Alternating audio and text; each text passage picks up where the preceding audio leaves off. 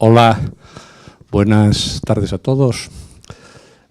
Procedemos a una nueva sesión de la Escuela de Filosofía de Oviedo en la Fundación Gustavo Bueno en Oviedo. Esta nueva sesión, esta nueva conferencia va a correr a cargo de Javier González Larrea, que es ovetense, es estudiante del último curso de bachillerato en el Colegio Santo Domingo de Oviedo, los dominicos, y tiene 17 años. A la gente muy joven y a la gente muy vieja hay que decir la edad siempre porque es relevante. De los demás, pues es lo mismo tener 35 que 55, ¿no? Bueno, Javier está aquí porque sabe mucho de historia y enlaza con la Fundación a través del doctor Javier Arbesú, su profesor de filosofía en los dominicos, a su vez alumno y discípulo de don Gustavo Bueno, de manera que la línea está clarísimamente trazada y enlaza perfectamente. No sé si hablar de preoleada quizás sea prematuro. Y Javier va a hablarnos de hitos desconocidos del Imperio Español. Por lo que sé, y no voy a hacer un spoiler, en su conferencia está ejercitándose pues, las ideas, las coordenadas fundamentales del materialismo filosófico. Como por otra parte no puede, es obvio y lógico e inevitable, diríamos incluso, porque es un tema de historia, de las categorías de la ciencia, en este caso la ciencia beta operatoria, diríamos, pero también evidentemente están las ideas, se cruzan las ideas filosóficas, aunque solo sea nada menos porque estamos hablando de imperio, de la idea de imperio, ¿no? Así que creo que está perfectamente incardinado en las coordenadas de esta casa, de esta institución y del materialismo filosófico de don Gustavo Bueno. Añadir nada más que González Larrea es asimismo violinista, acaba este año el curso, el grado del conservatorio, el conservatorio profesional, y también es procedente de Cierro porque en la Fundación Gustavo Bueno la música clásica es sumamente importante. Así que nada más, les dejo con el conferenciante y de nuevo gracias a todos por venir, que tenemos un llenazo importante hoy en esta casa.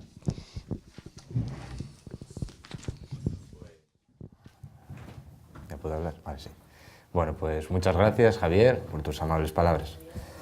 Nada más antes de empezar, dar las gracias a la Fundación Gustavo Bueno por haberme invitado aquí. No es nada normal un estudiante de segundo bachillerato, ni siquiera un estudiante de universidad, un estudiante de segundo bachillerato pueda hoy estar aquí.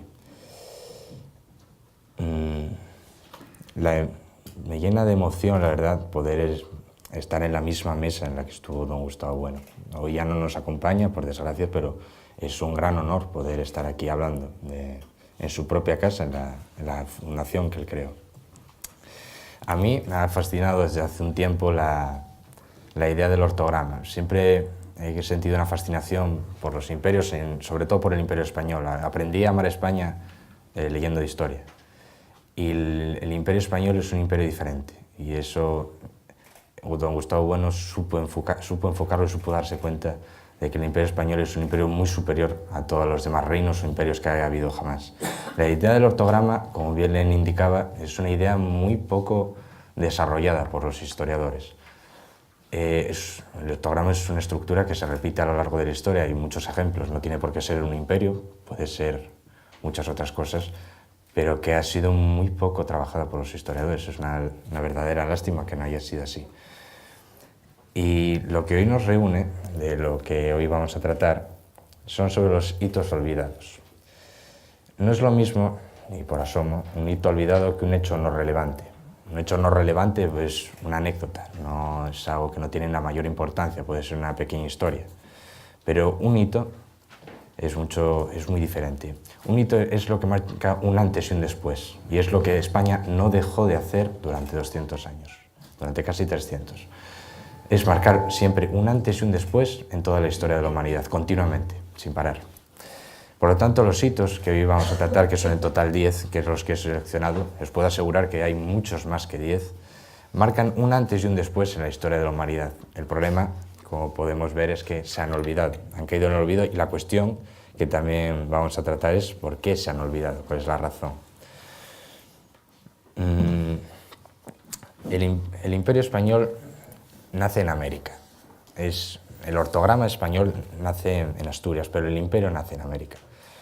España siempre tendió, como, al igual que el Islam, que fue su gran enemigo, a expandirse por todo el mundo, expandirse sin límites hasta conquistar el mundo, lo cual nos lleva a un problema de por sí, y es que no se puede dominar el mundo. La perdición de España, como la perdición de muchos otros imperios, como puede ser el romano, del que es heredero, el Imperio Español, como puede ser el Imperio Mongol, o como puede ser el propio Islam, que aún existe, tienen el problema de que no se puede dominar el mundo, no se puede conquistar el mundo.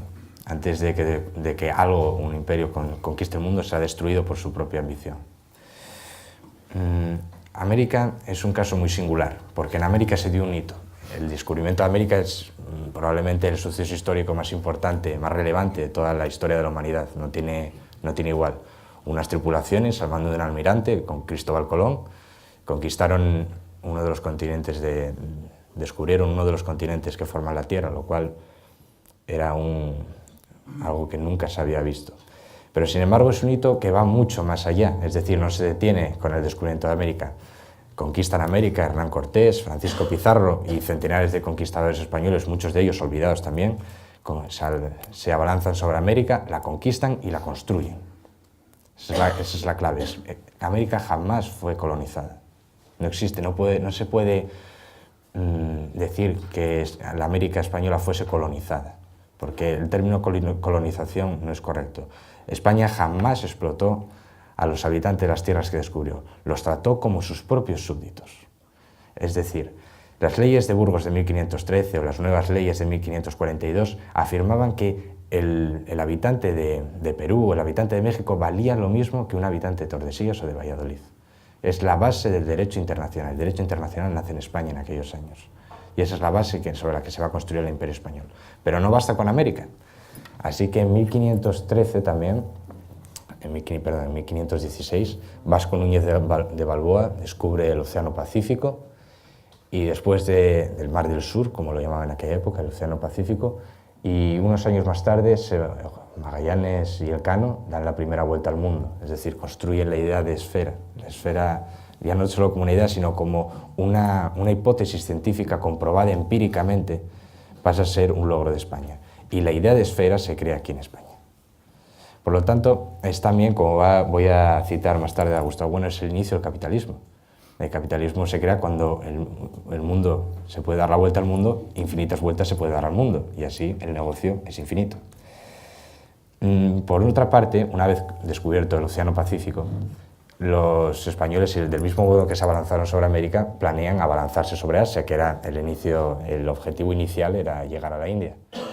Por lo tanto, comienzan la conquista, que no la colonización, de las Indias Orientales. Objetivo sobre el cual van a fracasar, van a conseguir dominar las Filipinas, van a conseguir tener una ciudad en Japón, 2 en China, Indonesia, pero no van a conseguir un legado, no van a conseguir un imperio como el que hay en América.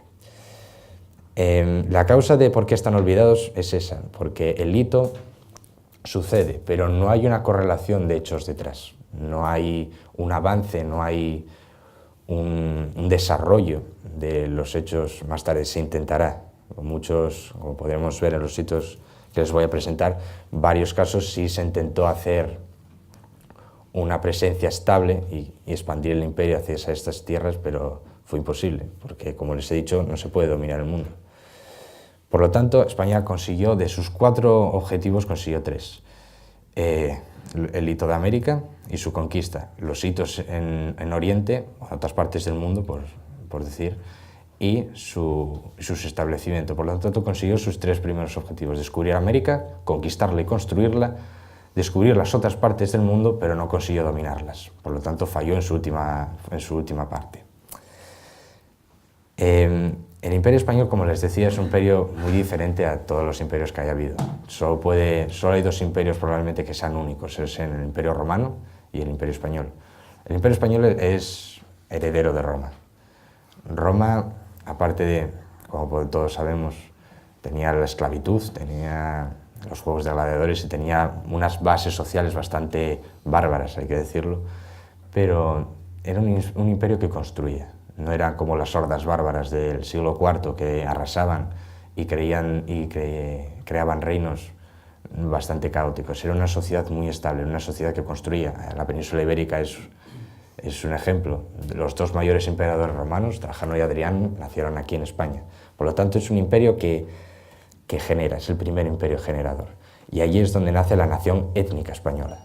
Nace hace 2000 años, cuando el emperador Augusto consigue dominar toda la península ibérica, es ahí donde nace la nación española. Y por lo tanto España es heredera directa de Roma. Y es heredera directa de dos maneras, tanto de la manera civil como de la manera religiosa. La manera civil es el poder romano, como Carlos V, que se hacía llamar emperador de Alemania, del Sacro Imperio Romano, que era el título que se había arrogado a sí mismo Carlomagno. Y por el otro lado el poder religioso, el Papa, el poder de la Iglesia Católica, que también estaba en el seno de España. España es la vanguardia espiritual, sigue siendo, lo fue en su época y lo sigue siendo, la vanguardia espiritual de la Iglesia Católica, pero con el pequeño matiz, como veremos, de que el Papa, aparte de que es una autoridad religiosa, también es una autoridad civil, y eso al rey de España no le va a convencer nada. El rey de España no se va a arrodillar ante ninguna autoridad civil. Siguiendo a Gustavo Bueno, podemos encontrar en su definición de imperio, en el libro España no es un mito, página 298, y dice así, dice don Gustavo Bueno: la idea del imperio alcanza su significado filosófico cuando pretende extenderse a todas las demás sociedades políticas o prepolíticas, es decir, a constituirse como imperio universal. La clasificación más importante de los imperios universales es la que los separa en dos grupos, los imperios depredadores y los imperios generadores. Los imperios depredadores utilizan a las demás sociedades como fuente de mano de obra o de materias primas, pero manteniéndolas o incluso degradándolas de nivel político al que podrían aspirar. Los imperios generadores tienen como objetivo elevar a otras sociedades al nivel político y social más alto posible. Los imperios depredadores son más compatibles entre sí de lo que puedan serlo los imperios generadores. Los imperios depredadores, en efecto, pueden repartirse su zona de influencia. En cambio, los imperios generadores universales entrarán necesariamente en conflicto mutuo. El significado filosófico del concepto de imperio universal se manifiesta en función del concepto de historia del género humano. Cuando suponemos que el género humano, o la humanidad, como un todo, no tiene capacidad por sí mismo de proyectar su propia historia, por consiguiente, que si hay posibilidad de hablar de una historia universal será debido a la existencia de imperios universales, sean depredadores, sean generadores. En nuestro libro España frente a Europa se considera al imperio español o al imperio soviético como prototipos de imperios generadores y al imperio inglés y al imperio holandés como prototipos de imperios depredadores. Pues como bien señala, no se ve, al admitir que la humanidad está dividida en una serie de imperios que se suceden y se basan en imperios anteriores, estamos negando el concepto de humanidad. Es decir, no existe la humanidad porque unas culturas incompatibles y reinos y sociedades incompatibles no pueden coexistir, pero tampoco existe el individuo. No se puede arrogar, a ninguna persona puede arrogarse el poder ser un individuo independiente. Por lo tanto, es como Robinson Crusoe. Puede ser un paralelismo con Robinson Crusoe. Robinson Crusoe no puede sobrevivir solo, necesita viernes, necesita a alguien que le acompañe. Del mismo modo, las sociedades humanas a lo largo de toda la historia se han ido reuniendo en diferentes espacios basándose en el etnocentrismo para crear sociedades afines a cada una. Esas sociedades evolucionan y da como conclusión el imperio. Sin embargo, es mucho más difícil de decir qué es un imperio, porque efectivamente el rey Felipe II, por poner un ejemplo, no tenía poder sobre todas las tierras que controlaba. Era imposible que el rey de España se enterase de las noticias de la India o de Indonesia en viajes que duraban un año o año y medio. Era imposible dominar el mundo. Y por otra parte, un imperio no deja de ser un territorio que es regido por un emperador. Aquí tuvimos a Carlos V, pero Felipe II o Carlos III no son emperadores. Por lo tanto, a pesar de que el imperio no es más que la evolución de sociedades que se agrupan para poder defenderse a sí mismas y crear un orden, es muy difícil definir qué es un imperio. Siguiendo con don Gustavo Bueno, podemos verle en una entrevista que le hicieron a propósito del ortograma del reino asturiano. Y dice así, le pregunta el entrevistador: Asturias en el origen, y responde don Gustavo Bueno: utilizo la idea de ortograma, un proyecto sistemático siempre en una dirección. Lo hablé mucho en su día con Tierno Galván, y le gustaba mucho la idea. Roma tenía como objetivo avanzar y al llegar a un río al otro mar ocupar la otra orilla. El ortograma del reino asturiano y luego leonés era avanzar sin límites, es el imperio, es la única manera de combatir al Islam, que también era infinito. Eso destroza la versión de que se trataba de un reino minúsculo, eso es falso. Llegaba a Galicia y hasta La Rioja. Alfonso II llega a Lisboa y Alfonso III hasta Algeciras, y se plantea incluso pasar a África. Eran racias, pero funda Burgos. Es falso que el reino visigodo quedó fragmentado y aparecieran puntos de resistencia. Sí había puntos de resistencia, pero el caso de Asturias fue otro. Fue un proyecto imperialista desde el principio, y no fue un foco de resistencia. El ortograma imperialista está inmediatamente vinculado a la Iglesia Católica, que quiere convertir a todos, y lo incorporan reyes, curas, ganaderos, todos. La Reconquista es un episodio de ese programa imperialista al que se pliegan los demás. Cataluña es la misma palabra que Castilla, catalán es lo mismo que castellano, claro. Es una marca. Castilla es una gemación de Asturias y de León, y Cataluña no tiene más remedio que unirse. Y el imperialismo va contra los reyes moros y contra la Iglesia, que es el punto más difícil de demostrar de mi exposición. El imperialismo asturleonés, siendo católico, va contra la Iglesia, va contra el Papa. Ahí está el cantar del mío Cid contra Gregorio VII, nada menos, por los tributos. Y el saco de Roma por Carlos V. Trento es realmente un instrumento de Felipe II. Por Dios hacia el imperio, así es realmente. El ortograma no es la Reconquista solo, es infinito. Pasan a África.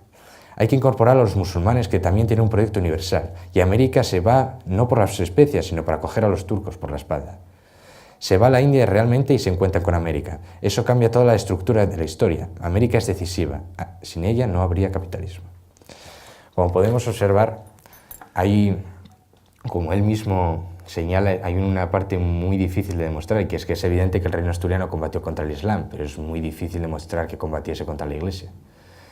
Hay un ejemplo, aparte de los que él aporta, que son brillantes, el saco de Roma de 1527, donde los españoles y los alemanes llegaron a masacrar a 4/5 partes de la población de Roma. Hay otro ejemplo que puede ilustrar muy bien cómo España ha tenido que ganarle territorio a la figura del Papa, a la figura política del Papa, que no a la figura religiosa, para poder engrandecer su imperio. El ejemplo más vivo son los ejercicios espirituales de San Ignacio de Loyola. San Ignacio de Loyola es probablemente uno de los personajes más importantes de toda la historia de la Iglesia, y publica sus ejercicios espirituales, que fueron publicados después de su conversión, están al mismo nivel que las Confesiones de San Agustín. Es uno de los libros más importantes, ya no de la cristiandad, sino de toda la historia de la humanidad. Sin embargo, se da la extraña situación de que la Santa Inquisición española prohibió el libro. Fernando de Salas, que era el inquisidor general de España, nombrado por el propio Felipe II y que fundó la Universidad de Oviedo, redacta una lista con 700 libros prohibidos, y entre ellos están los ejercicios espirituales de San Ignacio, lo cual extraña mucho cómo es posible que el inquisidor general de España prohíba el libro, que es una apología total a la cristiandad. Y esto se explica realmente porque los ejercicios espirituales, más que un libro de un cristianismo, de una ortodoxia cristiana y de una nueva visión de la fe católica, es una apología constante al Papa.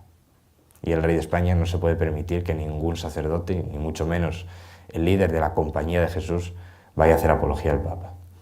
La Compañía de Jesús de por sí ya está estructurada con la imagen del tercio.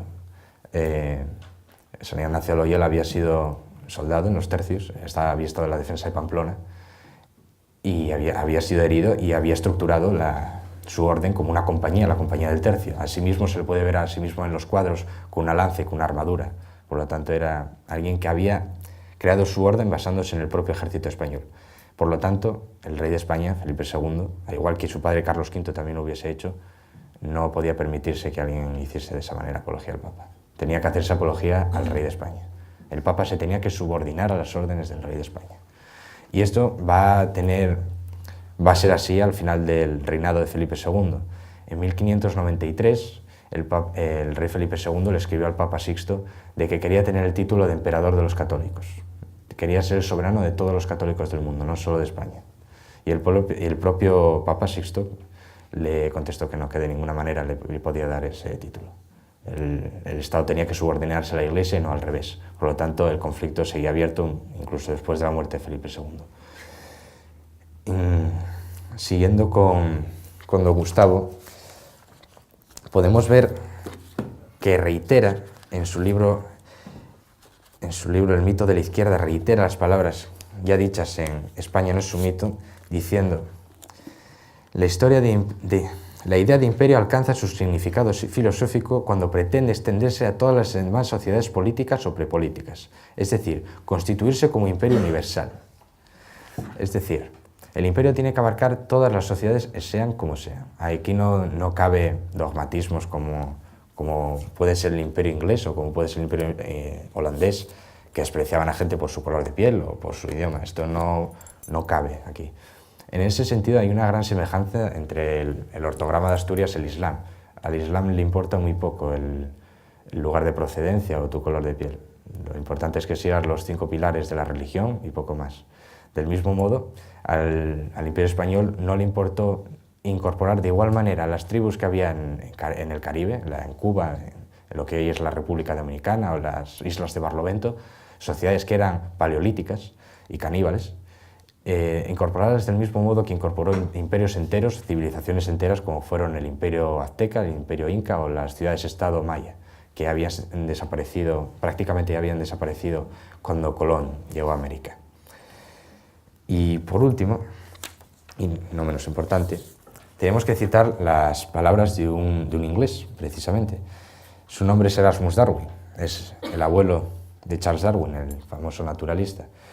Era miembro de la Royal Society y en la segunda mitad del siglo XVIII hizo una serie de viajes por todo el Imperio Español. Recorrió desde la Patagonia hasta México, en una época donde había muchas expediciones científicas. La primera de ellas fue la expedición Malespina.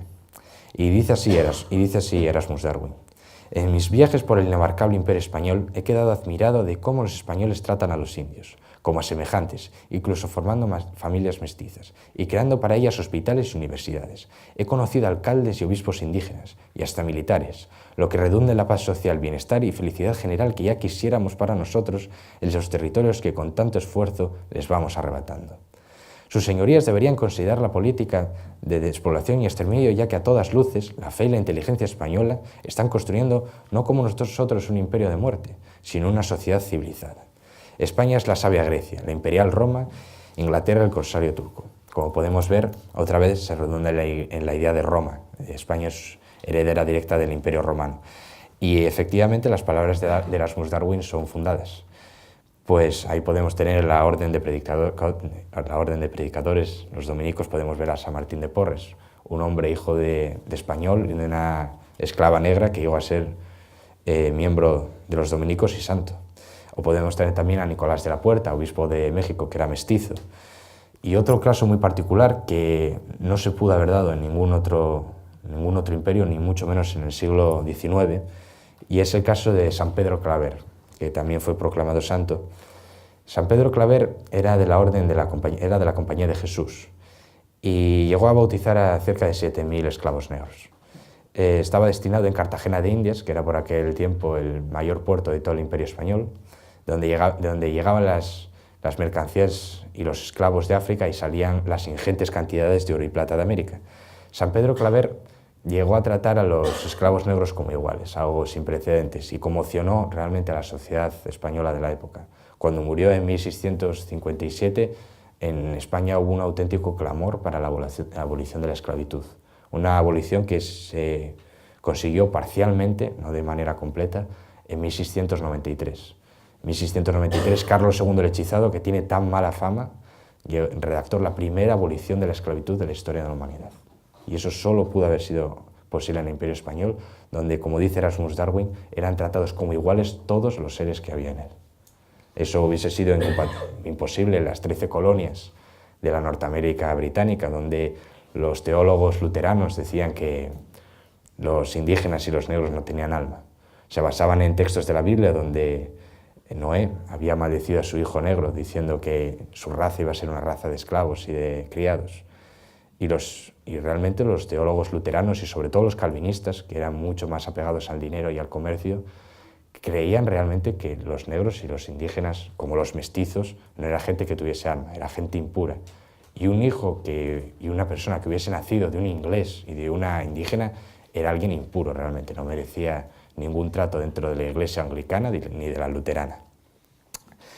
Y como bien dice también Erasmus Darwin, pues España llegó a fundar 40 universidades, pero no solo para educar a los españoles que fuesen allí, que fueron una minoría. Hernán Cortés conquistó el Imperio Azteca con 1.200 hombres, sino para educar a los propios indígenas y educar también a los esclavos negros que allí fueron poco a poco llegando.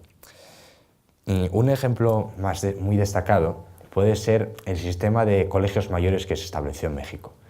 México fue el primer gran territorio, el Valle Central de México, fue el primer gran territorio en ser conquistado por los españoles.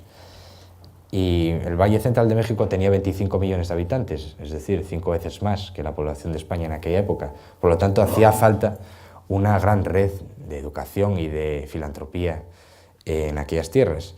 Y todavía hoy se conserva uno de esos colegios, que es el Colegio de la Santa Cruz de Tlatelolco, que hoy sirve como una iglesia.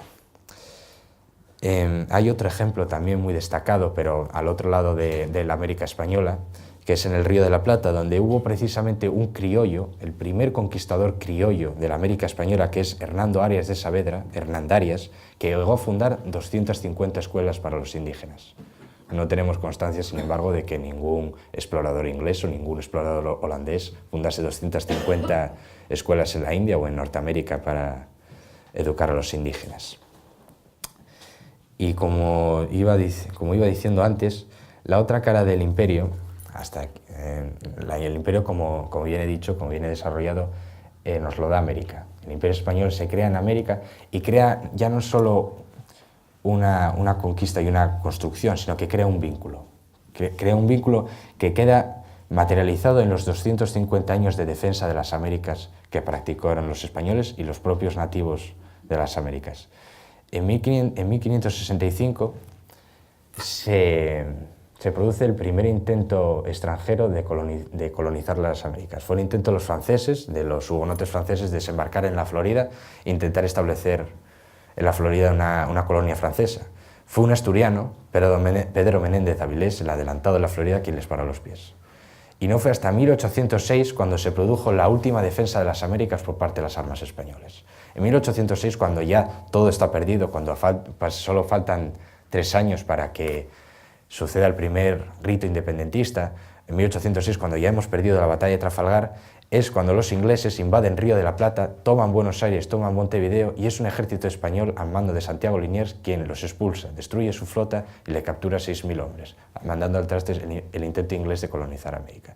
O sea, el vínculo que se creó era un vínculo material, era un vínculo con la península ibérica. No se puede hablar de la América colonizada y de la España peninsular. Se tiene que hablar de España, son ambas partes, es tanto la península ibérica como América. Y lo que intentó el Imperio Español es ir mucho más allá de América. No puede parar, no puede detenerse. Como bien indicado Gustavo Bueno, es un imperio sin límites, va a abarcar todo el mundo y por lo tanto no puede detenerse en América, no basta con solo eso. Tiene que atravesar el Océano Pacífico, tiene que llegar a Asia, tiene que dominar también las costas de África, tiene que controlarlo todo. Y va a ser la perdición del propio Imperio Español.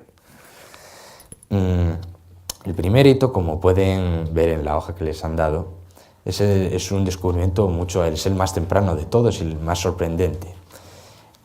Es el descubrimiento de la corriente del Golfo. El descubrimiento de la corriente del Golfo sea probablemente uno de los descubrimientos científicos más importantes de la historia.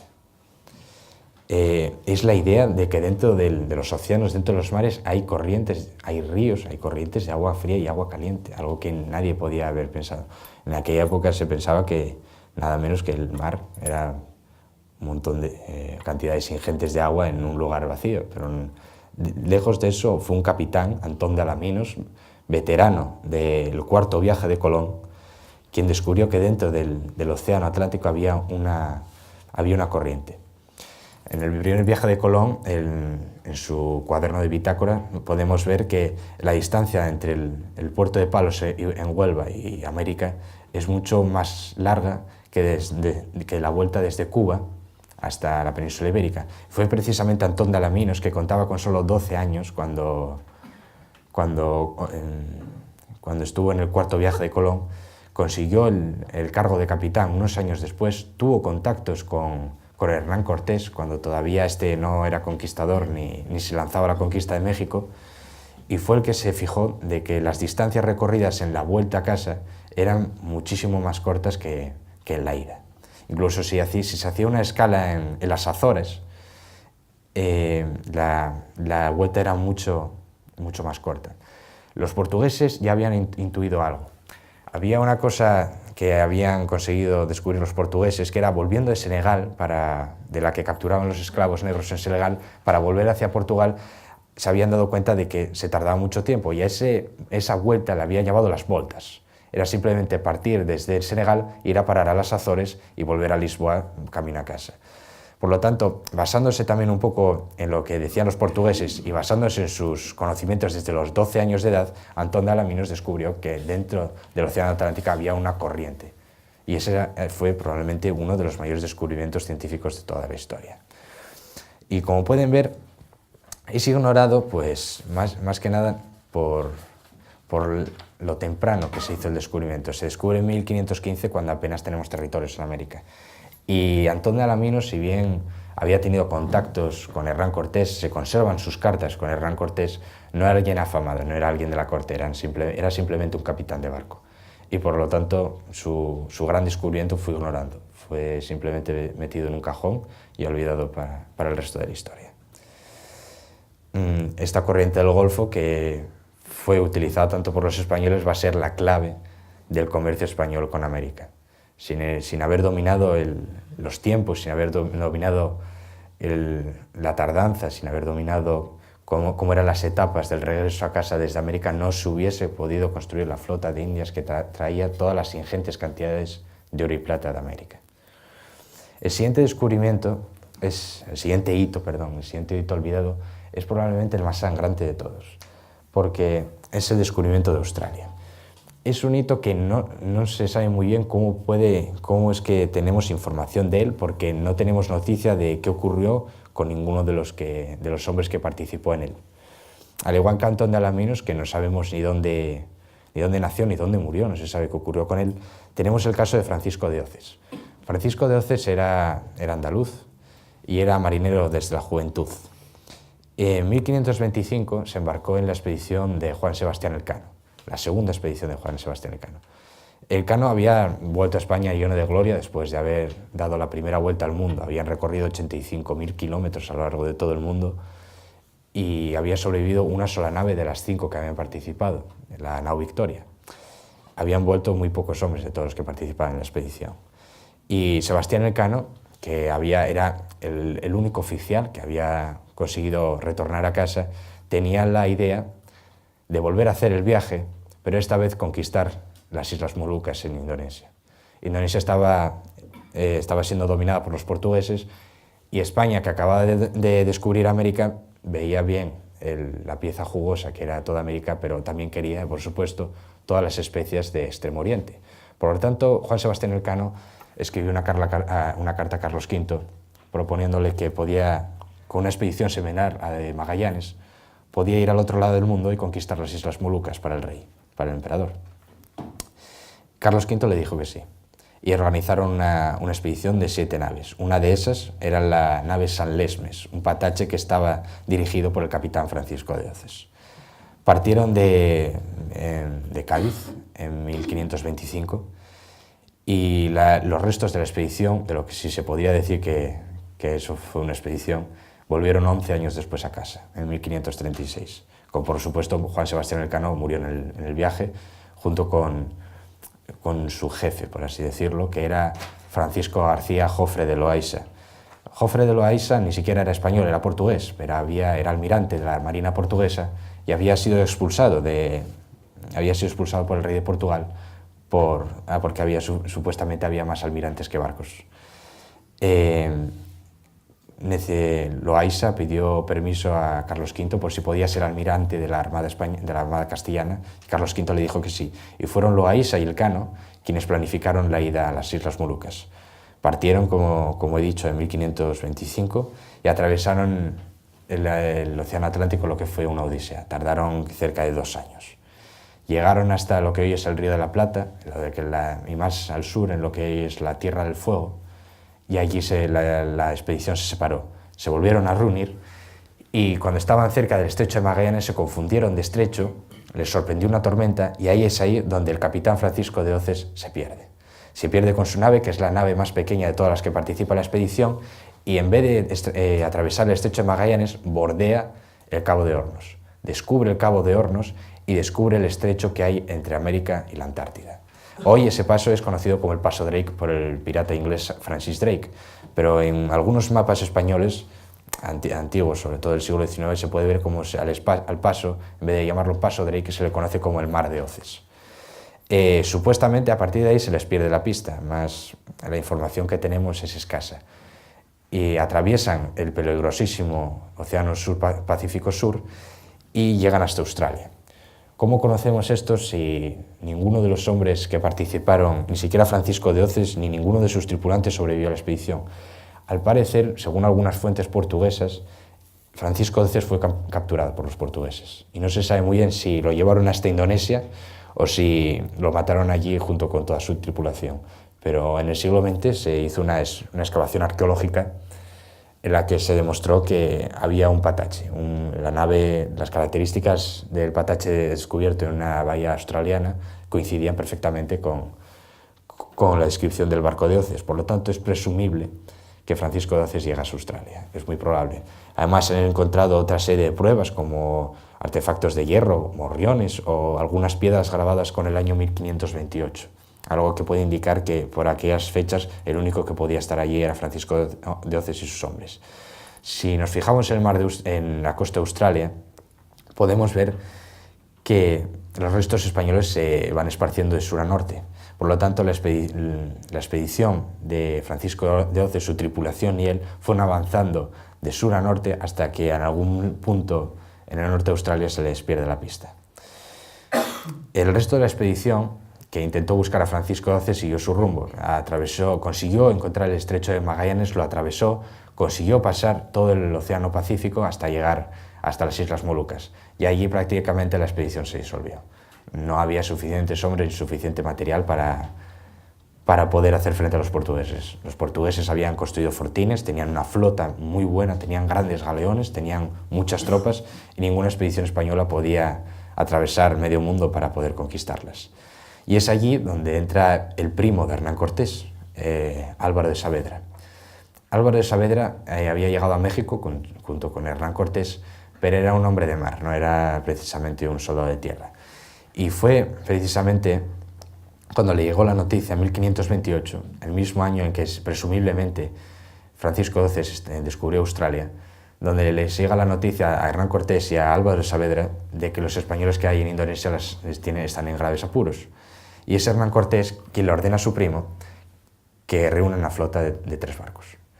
Que reúna una flota de 3 barcos pequeños, estamos hablando de la primera mitad del siglo XVI, atraviesen todo el Océano Pacífico y siguiendo los vientos alisios, y consigan llegar al corazón de Indonesia para poder ayudar a los españoles. Por lo tanto, ya podemos ver la idea de América no es, aparte de la construcción de América, América es un trampolín para llegar a Asia, para llegar a las Indias. Álvaro de Saavedra cumplió con lo que le había ordenado su primo, reunió su flota y atravesó el Océano Pacífico, pero tienen un problema de la que van, y es que divisan un archipiélago que no está cartografiado ni por el Cano ni por ningún navegante que haya pasado por allí, ni tampoco los portugueses, porque no hay que olvidar que en aquella época las cartas de navegación eran secreto de Estado y España y Portugal tenían espías en las capitales de los respectivos países para conseguir las cartas de navegación. Y Álvaro de Saavedra consigue divisar un archipiélago que nadie había visto antes. Ese archipiélago eran las Islas Hawái. Como los vientos alisos pasan por el Pacífico Norte y la vuelta desde las Islas Filipinas, lo que más tarde será el Galeón de Manila, la vuelta desde las Filipinas hasta Acapulco, en México, el archipiélago de las Islas Hawái se queda en medio, a varios miles de kilómetros de distancia. Por lo tanto, nadie puede llegar allí. Sin embargo, Álvaro de Saavedra, siguiendo una ruta distinta a la que se va a seguir años después, va a conseguir llegar a las Islas Hawái. Esa misma noche, cuando están planeando acercarse a la isla, les sorprende una tormenta y 2 de los barcos se pierden. La única que sobrevive es la propia nave de Álvaro de Saavedra, que después de 3 días intentando buscar a los otros 2 barcos, sigue su ruta y consigue llegar a Indonesia. Álvaro de Saavedra, igual que Loaysa y el Cano, va a morir de las enfermedades tropicales, como la mayoría, como el 80% de los miembros de la expedición que tenía como objetivo conquistar las Molucas. Pero el caso de las Hawái es que en el año 2013 se descubrieron los restos de los 2 galeones españoles que habían naufragado allí. Y investigando se descubrió que en 1544 otro capitán español llamado Juan de Gariano había conseguido llegar a las costas de Hawái y había conseguido volver a avistarlas. En varios mapas de la época de Felipe II se puede ver al archipiélago de Hawái, pero nunca hubo un deseo por parte ni de la corte en aquella época, en tiempos de Álvaro de Saavedra, ni en tiempos de Felipe II, nunca hubo un interés para tomar las Islas Hawái. Simplemente más o menos se conocía su existencia, pero nunca se hizo ningún intento para plantar una cruz en las Islas Hawái. Por lo tanto, no es de extrañar que el capitán James Cook, 250 años después, arrogase la autoridad de haber descubierto el archipiélago, porque España se había olvidado completamente de él. Y siguiendo en la segunda mitad del siglo XVI, siguiendo con los hitos, podemos ver un caso muy especial, y es el caso de Juan Fernández. Juan Fernández es uno de los marinos más brillantes que hemos tenido y, sin embargo, uno de los marinos más olvidados. Tuvo el honor de haber descubierto un archipiélago cerca de las costas de Chile que hoy lleva su nombre, el archipiélago Juan Fernández, y de haber descubierto una ruta parecida a la corriente del Golfo que había descubierto Antón de Alaminos, pero en miniatura. La ruta que tenían que seguir los barcos españoles desde el Callao hasta el Paraíso duraba 6 meses, pero Juan Fernández, que se había entrenado en aquellas costas y que conocía muy bien aquellas costas, había conseguido descubrir otra corriente que acortaba el tiempo en tan solo 1 mes. Es decir, antes tardaba 6 meses y gracias a las exploraciones de Juan Fernández solo se tardaba 1. La cuestión es que Juan Fernández, que tenía la ambición de atravesar todo el Océano Pacífico para llegar a las Indias, consiguió convencer al virrey de Perú para que le financiase la expedición. Y así fue. Financió un barco entero cargado con todas las provisiones y todas las armas necesarias para poder atravesar el peligrosísimo Océano Pacífico Sur. ¿Por qué peligroso? Porque en el Océano Pacífico Sur no sopla el viento. En el Océano Pacífico Norte, la parte norte, soplan los vientos alisios, como he dicho, pero en el Pacífico Sur no, apenas hay viento y es un grave peligro. Hoy ya no es ningún peligro por el funcionamiento de los barcos, pero en aquella época sí suponía un gran peligro porque suponía estar 2 o 3 semanas a la deriva sin ningún atisbo de viento, lo cual se podía suponer la muerte por hambruna de todos los miembros de la expedición si no conseguían llegar a puerto rápido. Y es en esto que Juan Fernández, capitán de su barco, atraviesa todo el Océano Pacífico Sur de forma milagrosa y consigue llegar a lo que él va a describir en sus cartas como un archipiélago formado por 2 islas, la pequeña, la del norte, más achatada, y la del sur, alargada y estrecha, lo cual coincide con la descripción de Nueva Zelanda. Varios arqueólogos, siguiendo lo que puede ser el descubrimiento de Nueva Zelanda, han encontrado restos españoles en Nueva Zelanda, como diversos cañones y un morrión se ha descubierto. Por lo tanto, Juan Fernández seguramente descubrió eso en Nueva Zelanda. No tiene el honor de que fuese así, el honor se lo lleva un holandés, que es Abel Tasman, que descubrió también Tasmania, pero es Juan Fernández el que tiene el mérito de descubrir las islas de Nueva Zelanda, y al volver, al contar toda su historia de todo su viaje y de cómo han cartografiado todas las costas de Nueva Zelanda, es el propio virrey de Perú el que le dice que no quiere saber nada de lo que ha ocurrido en la expedición. Juan Fernández va a quedar prácticamente expulsado de la Marina, no va a tener ningún cargo significativo en el resto de su vida y su descubrimiento va a quedar almacenado y olvidado en la historia. Inmediatamente después, por esos días en los que Juan Fernández se embarcaba en el descubrimiento de Nueva Zelanda, los españoles ya habían llegado a las Islas Filipinas. Las Islas Filipinas es un caso único en la historia, porque la capital de las Islas Filipinas, Manila, es la única ciudad europea fundada en Asia. Es la única ciudad que ha conseguido unir a europeos, africanos y asiáticos todos, europeos, americanos, asiáticos y africanos todos en una única ciudad. La ciudad, Manila, fue fundada por Miguel López de Legazpi, un vasco, con ayuda de Andrés de Urdaneta, que había participado en la expedición de la conquista de las Molucas de Loaiza y Elcano. La cuestión es que después de haber conseguido conquistar Manila, habían tenido que defender. El archipiélago de Manila es un archipiélago con miles y miles de islas. En un mapa pueden parecer tan solo una veintena de islas, pero son miles y miles. Por lo tanto, el control efectivo del archipiélago nunca fue total y sigue siendo a día de hoy para cualquier gobierno, el gobierno de las Islas Filipinas, es muy complejo poder gobernar todas sus islas. Así es que después de la muerte de Miguel López de Legazpi y después de la muerte de su nieto, que va también a gobernar las Islas Filipinas, va a aparecer un personaje muy curioso que es Francisco de Sande. Francisco de Sande era veterano de las guerras en Europa y se había embarcado rumbo a las Islas Filipinas por orden del rey Felipe II. Felipe II le había nombrado gobernador y le había dicho que tenía que expulsar a los musulmanes que había en las Islas Filipinas y asegurar el control allí. Sande era un hombre de lo más arrogante y un hombre que se puede decirse que era racista. Trataba a todo aquello que no fuese castellano, no le daba ninguna consideración, ningún valor. Así fue como, siguiendo las órdenes del propio rey Felipe II, desembarca en Borneo y en tan solo 2 días consigue arrasar el sultanato musulmán que hay en el norte de Borneo y hacerse con la mitad de la isla.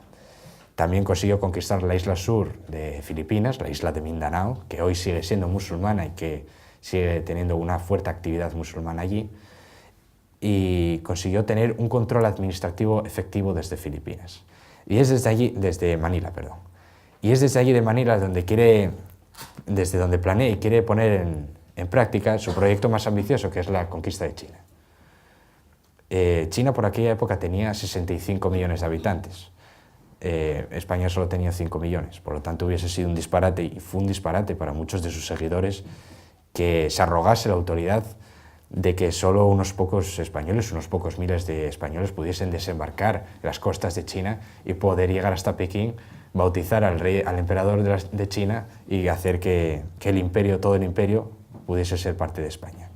Llegó a haber un personaje aún más arrogante que Francisco de Sande, que era Hernando Riquel. Hernando Riquel era el escriba personal de Francisco de Sande, que llegó a decir la barbaridad de que tan solo 60 españoles podían conquistar toda China. Las diversas órdenes religiosas, como son los dominicos y sobre todo los jesuitas, fueron repartiéndose por toda China, ejerciendo realmente la función de espías. Simplemente el primer europeo en llegar a Pekín y entrevistarse con el propio emperador de China fue un jesuita español. Y fue así como los jesuitas, los dominicos o los franciscanos fueron enviándole poco a poco a Francisco de Sande cartas e información de cómo se organizaba y cómo se había creado el imperio chino. Así que Sande después del éxito de Borneo y el éxito del sur de las Filipinas, se había convencido a sí mismo de que con 6.000 o 7.000 soldados españoles y 3 flotas era capaz de desembarcar en Fujian, que era la provincia más costera de China, y desembarcar, conquistarla y más tarde seguir hacia el norte hasta Pekín y conquistar toda China. Y los argumentos que esgrimió para justificar la invasión, que jamás se puso en práctica, recuerdan mucho a los argumentos que dio George Bush en la Segunda Guerra del Golfo cuando invadió Irak. Apoyándose sobre todo los dominicos, que tenían una fuerte influencia en Filipinas, Francisco de Sande llegó a decir que los chinos eran capaces de vender a sus propios hijos, que eran sodomitas, que eran caníbales y que tenían armas, que tenían una serie de armas y una serie de ejércitos que no existían realmente, que eran capaces de pulverizar una ciudad en un instante, lo cual recuerda mucho a la idea de las armas de destrucción masiva que se inventó George Bush durante la guerra de Irak. Todo el plan esgrimido era realmente un buen plan. Los chinos, a pesar de que habían creado la pólvora, habían creado la artillería y tenían una buena flota, las armas y el entrenamiento de los chinos era penoso. Por lo tanto, un ejército de varios miles de hombres españoles no hubiese tenido las cosas demasiado difíciles para poder tomar la costa china. Y en estas, Francisco de Sande consiguió enviarle el plan a Felipe II, le envió todos los detalles, cuáles eran los números, cuántas provisiones eran falta, cuántos cañones, cuántos barcos y cuántos oficiales necesitaría para tamaña empresa. Sin embargo, el rey Felipe II, que vio que sus argumentos eran convincentes cuando en realidad era un disparate, le dijo que tal vez en un futuro próximo le daría la aceptación, le aceptaría el plan. Sin embargo, poco después de que Francisco de Sande enviase la solicitud al rey Felipe II, pues España entró en guerra con Inglaterra y poco después entramos en guerra con Francia, por lo tanto fue imposible, materialmente imposible que la invasión de China se fuese efectiva. Para más, Japón, el shogun de Japón nos declaró la guerra y envió una flota al norte de las Filipinas para invadir Luzón, por lo tanto la invasión de China tuvo que ser cancelada.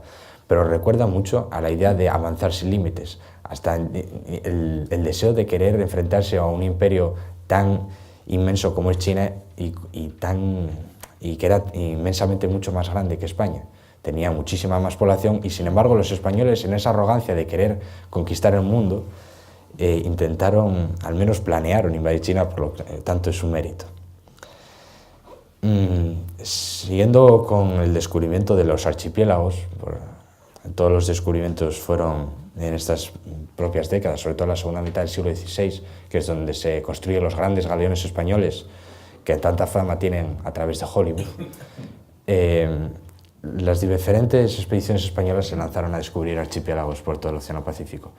Del mismo modo que había un Zipango, que era Japón, lleno de riquezas, del mismo modo que había unas Indias, del mismo modo que había una de las Filipinas, muchos capitanes y almirantes españoles, en esa idea de avanzar sin límites hacia un imperio universal, querían a ver si en el Pacífico Sur había también archipiélagos. Tenían en parte razón, como se puede ver con el ejemplo de Juan Fernández, que descubrió Nueva Zelanda, que sí había archipiélagos en el Océano Pacífico Sur. La cuestión es que de no tanto valor. Y es en estas que aparece un personaje llamado Álvaro de Mendaña. Álvaro de Mendaña, al igual que Juan Fernández, es uno de nuestros mejores oficiales navales y uno de los en parte olvidados. Mendaña recuperó la idea de los griegos de que había un ancestral y legendario continente llamado Antíctona, que más tarde la palabra Antíctona dará como resultado Antártida.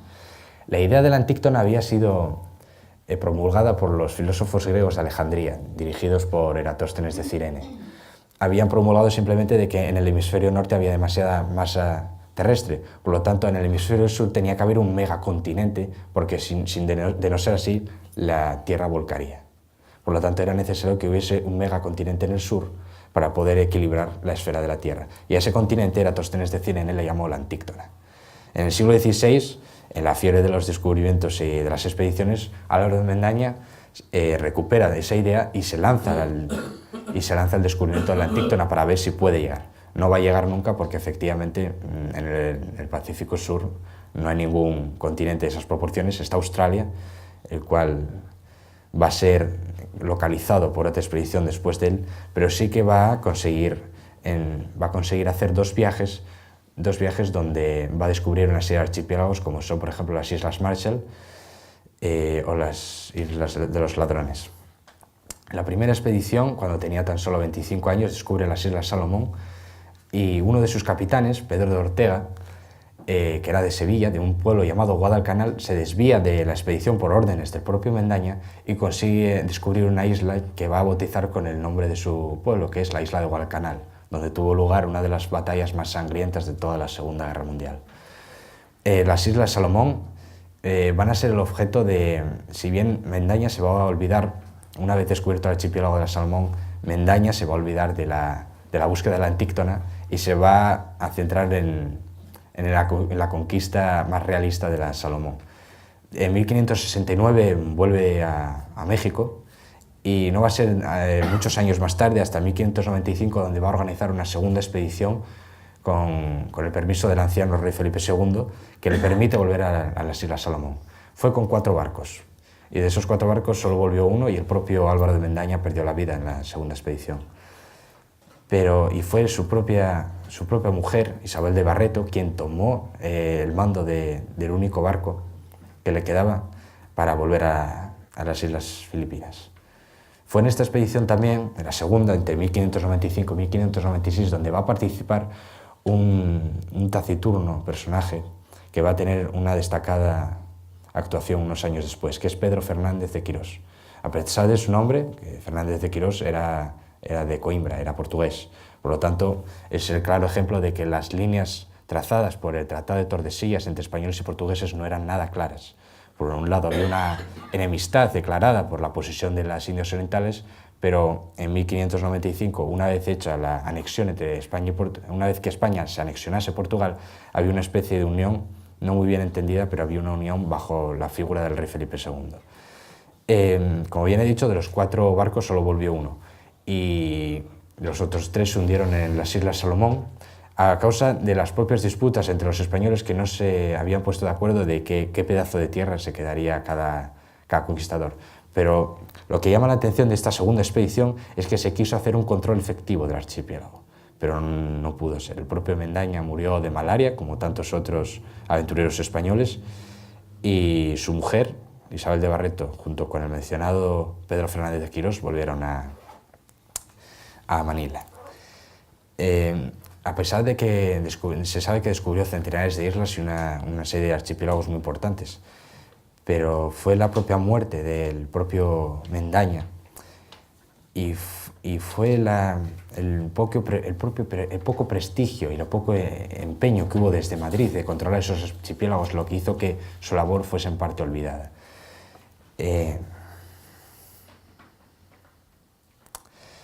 Siguiendo con los hitos, podemos lanzarnos... Un momento. Hubo uno de los barcos de Mendaña, llamado la Santa Isabel, que fue uno de los barcos que se perdió, fue uno de los 3 barcos que inevitablemente se perdió, pero fue un caso muy particular porque se desvió cargado de civiles, no iba cargado de militares, se desvió hacia el oeste y se perdió su pista. Cuando la expedición de Mendaña volvió a casa, se informó al virrey de Nueva España de que uno de sus barcos se había perdido, no se había hundido, simplemente la habían perdido por el camino. Por lo tanto, el virrey de Nueva España envió otro barco llamado la Santa Bárbara, un gran galeón cargado con 30 cañones, a buscar a la Santa Isabel. Jamás se supo nada más de la Santa Bárbara. Dos galeones españoles desaparecieron sin saber nada de ellos. En el siglo XX, nuevamente, del mismo modo que se hizo unas excavaciones arqueológicas a cuenta de Francisco de Oces, hubo también un equipo de arqueólogos australianos que localizaron un cañón en una bahía australiana que ponía Santa Bárbara y el escudo del rey Felipe II. Y siguiendo las pistas también encontraron una serie de restos españoles en las costas de Australia, lo cual puede indicar que la Santa Bárbara, el barco que partió desde México, probablemente llegase a Australia siguiendo la pista a la Santa Isabel, pero jamás regresaron a casa. En 1603, con ya el rey Felipe III, que tiene mala fama por haber dado todo su poder al duque de Lerma, aparece un extraño personaje llamado don Gabriel de Castilla. En los años de Felipe III, sobre todo en sus primeros años hasta 1613, el reinado de Felipe III fue mucho más corto que el de su padre, los indios del sur de Chile, al sur del río Biobío, se sublevaron contra la corona española. Eran de una tribu llamada los mapuches, que hoy sigue habiendo un conflicto con esa tribu en el sur de Chile, que provocaron una rebelión contra las autoridades españolas. Al principio solo parecía un grupo de unos pocos miles de indígenas, pero poco a poco consiguieron hacerse con caballos, consiguieron hacerse con material militar y supusieron un auténtico peligro y una auténtica amenaza para la presencia española en el sur de Chile. Tanto fue así que el conflicto en el sur de Chile no finalizó hasta 1885. O sea, una vez la emancipación de América, una vez que se estableciesen las repúblicas independientes, la República de Argentina y la República de Chile tuvieron que enfrentarse también al problema de los mapuches hasta 1885. Y es en esto que aparece don Gabriel de Castilla, que poco tuvo que ver con el problema con los mapuches, pero Gabriel de Castilla, que era un marino bastante bien formado y que había conseguido el grado de almirante, estaba destinado en la costa del sur de Chile y tenía la orden de patrullar las aguas de Chile, porque había una serie de flotas de piratas holandeses que amenazaban con ayudar a los mapuches a seguir con la rebelión. En esto que de Valparaíso, don Gabriel de Castilla organiza una flota de 3 barcos bien armados y se pone rumbo sur. No encuentra a los piratas holandeses, no encuentra ni uno solo de los barcos holandeses que amenazaban aquellas aguas y consigue poner rumbo sur. Era un personaje muy interesado por la exploración, por lo tanto atravesó todo el cono sur americano, descubrió las islas Shetland del sur y llegando aún más al sur, llegó a la Antártida. Él mismo describe la Antártida como una pared de hielo, una pared inexorable de hielo a la cual no puede ser habitable y donde hace unas temperaturas donde el ser humano no puede vivir. Él mismo describe que hay unas islas enormes de hielo que son tan grandes como un barco, se refería a los icebergs. Volviendo sobre sus pasos, vuelve a Valparaíso y anuncia el descubrimiento de que ha llegado hasta una enorme e inmensa tierra helada que parece ser la Antíctona, la famosa Antíctona que había buscado Mendaña. Parece que él ha sido el descubridor, y efectivamente había sido el descubridor de la Antíctona, que pasaría a llamarse la Antártida. Sin embargo, como nadie puede conquistar el Polo Sur, pues evidentemente no hubo un interés tampoco de las autoridades españolas de volver a enviar una expedición a la Antártida, que se descubrió de forma accidental por el interés del almirante, y por lo tanto el descubrimiento del continente, al igual que el de Australia, quedó oculto. Pocos años después, en nuestro siguiente hito, podemos observar el regreso de Pedro Fernández de Quirós. Pedro Fernández de Quirós, que había sobrevivido a la expedición de Mendaña, quiere su momento de gloria. Del mismo modo que muchos otros almirantes españoles como Villalobos o como Mendaña habían tenido su momento de gloria, él quería ahora tener su propia expedición y lo logra. Consigue convencer al rey Felipe III de que le dé una flota, esta vez de 3 barcos, y que le dé un vicealmirante cuyo nombre va a ser Luis Báez de Torres, que es el verdadero héroe de esta expedición. Fernández de Quirós va al Océano Pacífico Sur con la misma idea de conquistar un archipiélago, de dar a España otro archipiélago lleno de riquezas y llena de oportunidades para los españoles, pero lejos de conseguir eso, a medio camino va a descubrir una isla que va a llamar Australia de Nueva Jerusalén, por el nombre de que se le daba a la Tierra Australis Incógnita, un continente que, del mismo modo que la Antíctona se presumía que había un enorme territorio que estaba unido a Nueva Guinea. Nueva Guinea no estaba concebido en los mapas de la época como una isla, sino como parte de un enorme territorio. Antes de que lleguen a Australia el continente, la expedición se separa en 2. Fernández de Quirós va a tener que volver sobre sus pasos, va a tener que volver a Manila con las manos vacías y todo su prestigio se va a ir al traste. Va a ser despedido de su cargo de almirante y va a ser postrado a una esquina. Por su parte, Luis Báez de Torres, lejos de abandonar la propuesta de su almirante, busca durante semanas a su superior y consigue descubrir que Nueva Guinea no es parte de ningún continente, sino que es una isla.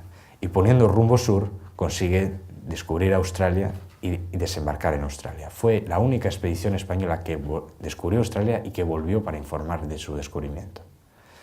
Y sin embargo, ¿por qué ha quedado tan oculto?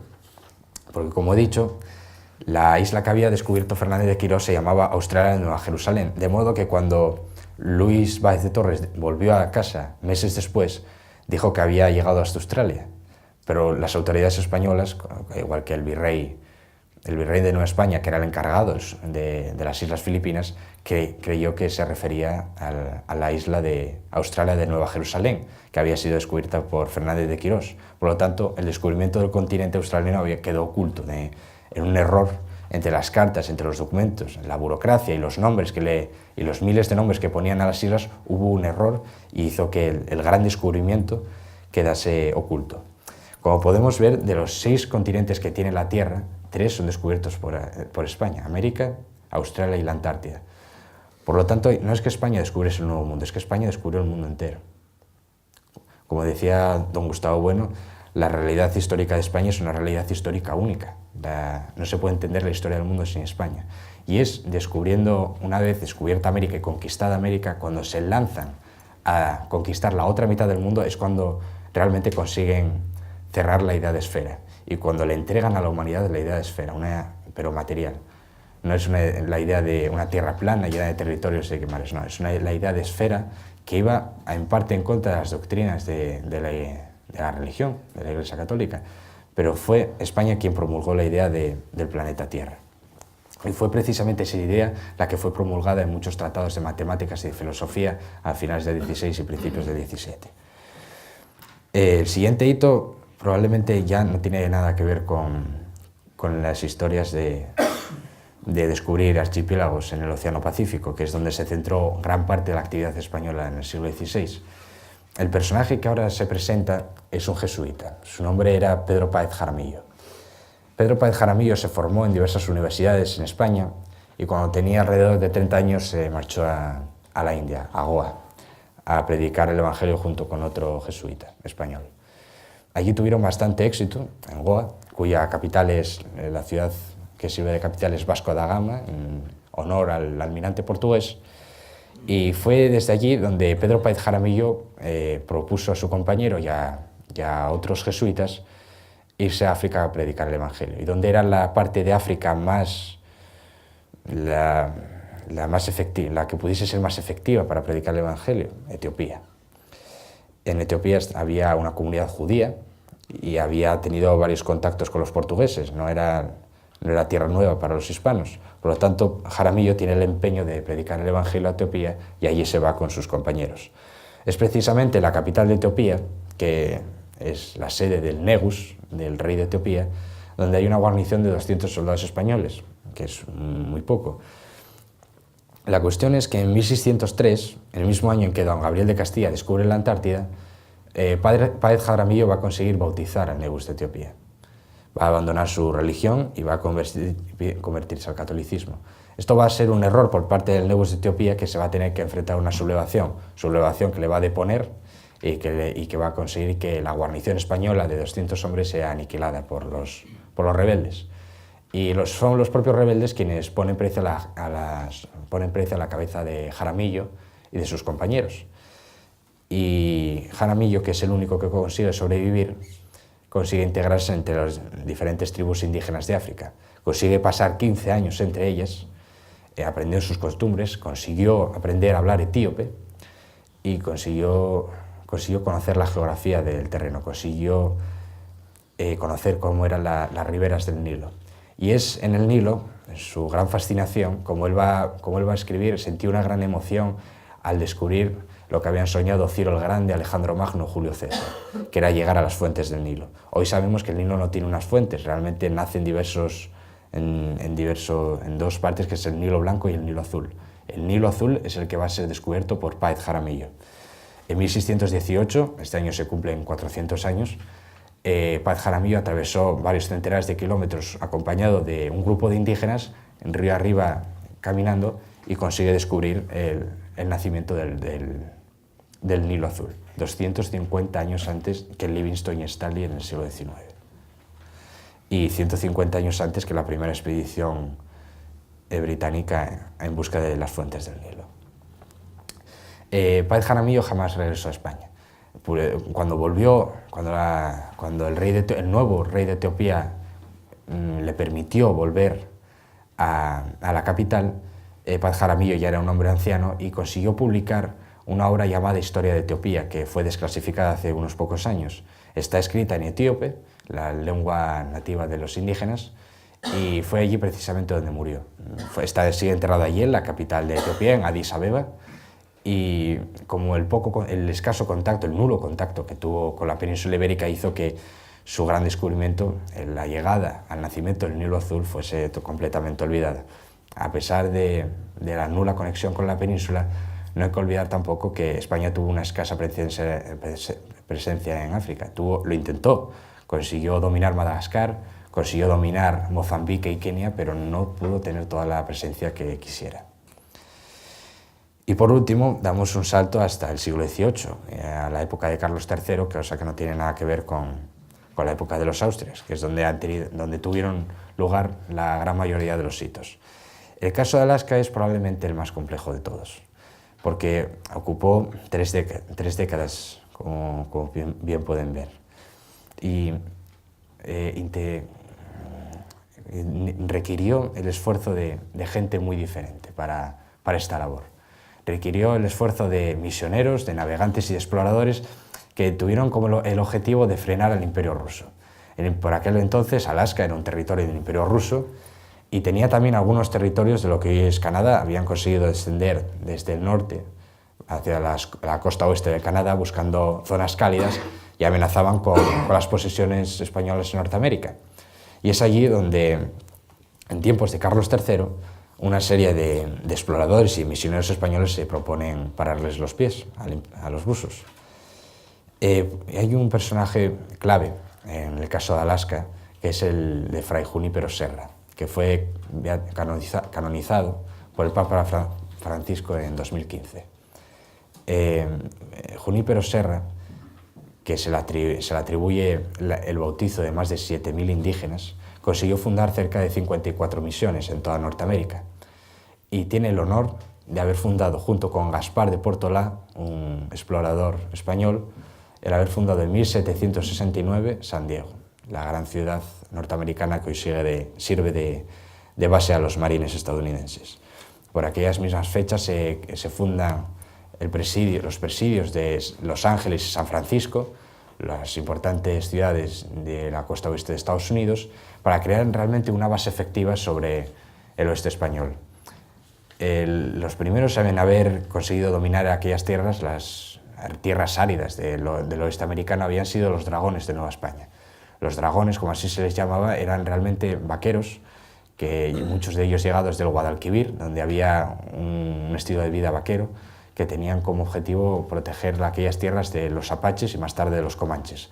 La cuestión es que ahora, en estas fechas, aparte de enfrentarse a los comanches, tenían que enfrentarse al Imperio ruso, que amenazaba con invadir Norteamérica. Y una vez creada esa base de esas 54 misiones de San Junípero Serra, esos presidios como los de Los Ángeles y San Francisco, como una serie de exploradores españoles se lanzan hasta Alaska. Uno de ellos, Francisco de Bodega, consigue zarpar con dos expediciones, una en 1775 y otra en 1779, donde consigue divisar algunos asentamientos rusos en la costa oeste de Alaska, confirmando que era una amenaza real, pero no era tan grande como se había imaginado. Otro explorador español llamado Fidalgo, Sebastián Fidalgo, consiguió llegar hasta Alaska y consiguió fundar allí dos ciudades, una de ellas llamada Córdoba y otra llamada Valdez, las cuales hoy todavía existen, pequeñas, con apenas 10.000 personas como población, pero son ciudades que todavía existen y que tienen su nombre original. Esas dos ciudades fueron fundadas precisamente en 1790, cuando el Imperio Español estaba a punto de desmoronarse, y fue al principio de 1791 cuando comenzaron las disputas con los británicos, porque los rusos y los españoles no eran los únicos que querían dominar Norteamérica, también los británicos, que se habían hecho con gran parte de Canadá y que querían toda Canadá, con los que estaba habiendo problemas. Hay una isla en el oeste de Alaska llamada Nootka, que se llama así por el nombre que le dieron los nativos, que estuvo bajo posesión española apenas 5 años. Hubo un explorador inglés llamado Vancouver que reclamó para sí la isla de Nootka y los españoles finalmente tuvieron que capitular en 1791. Francisco de Bodega, el navegante español que había organizado dos expediciones, entabló conversaciones con Vancouver, pero fue imposible convencerle de que Nootka siguiese siendo español.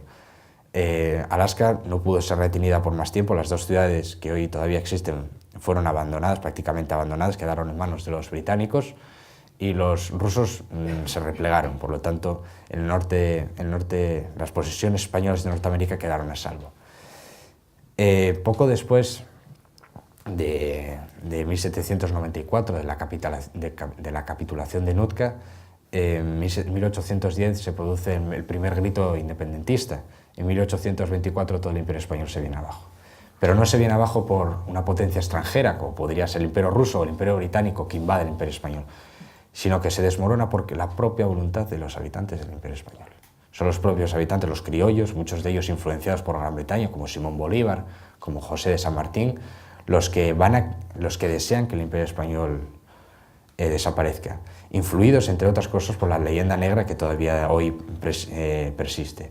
Una leyenda negra que da en el siglo XVI, en tiempos de Felipe II, que tuvo una gran influencia a principios del siglo XIX y que todavía se mantiene hoy como una gran lacra. Sin embargo, como bien señalaba al inicio de mi exposición, España es heredera de Roma. España es la gran heredera de Roma y es lo que le hace ser diferente a todos los demás imperios, junto con Portugal, otro gran heredero de Roma, no tanto por la influencia europea de Gran Bretaña y de Francia sobre Portugal, pero que tiene una similitud con España. Del mismo modo que hubo un renacimiento sobre las bases de la cultura clásica, hubo un renacimiento en la Italia del siglo XV y el siglo XVI, va a volver a haber un renacimiento del Imperio Español.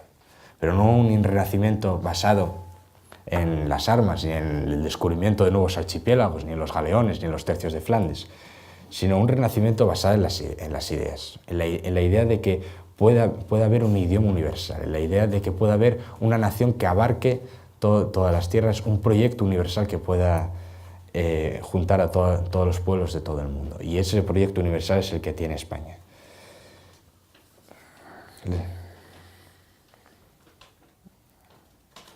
La clave de por qué esa idea todavía puede persistir hoy es porque España, en contra de otros imperios, es porque España no cometió un error que sí cometió Roma, que fue el construir muros. Roma llegó una época, en tiempos del emperador Adriano, que era hispano, llegó un momento donde se puso límites a sí misma. Se puso una serie de muros, como es el muro de Adriano, que hoy todavía marca la frontera entre Inglaterra y Escocia, y son esos propios muros, los limes imperi, los que provocan que Roma no pueda avanzar más, los propios romanos, las propias autoridades romanas reconozcan que el Imperio Romano no da más de sí. Eso jamás ocurrió en el caso de España.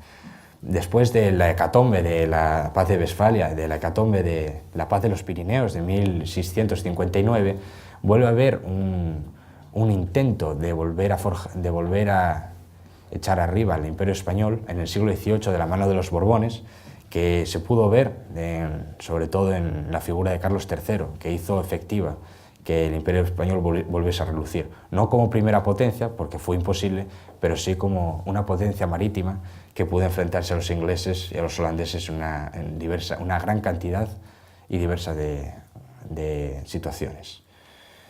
Es la clave para que la idea de España como concepto universal, la idea de Gustavo Bueno, de una idea para avanzar sin límites aún exista, es que España jamás se ha puesto límites a sí misma. Jamás se ha dicho, hasta aquí hemos llegado. Nunca ha ocurrido eso. Siempre ha sido el avanzar sin límites e integrar de todos los métodos posibles a todos los pueblos del mundo, mediante la evangelización, como pudo ser cuando el rey de España sometió a su mando a la Iglesia Católica, o como pudo ser a través de la conquista o del comercio. Pero jamás fue como otros imperios, los imperios de muerte, como dice Erasmus Darwin, que se dedicaban a hacer factorías, mientras el Imperio Español se dedicaba a hacer universidades y hospitales. Es la gran diferencia entre España, que es algo más que una nación, es un proyecto universal que tiende siempre a dominar el mundo.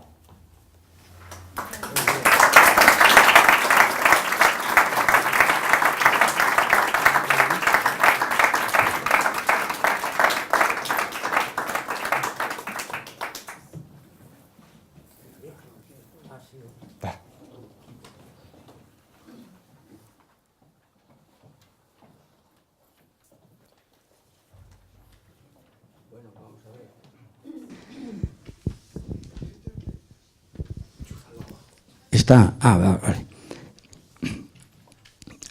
supongo que yo particularmente, como supongo que todos los aquí presentes, pues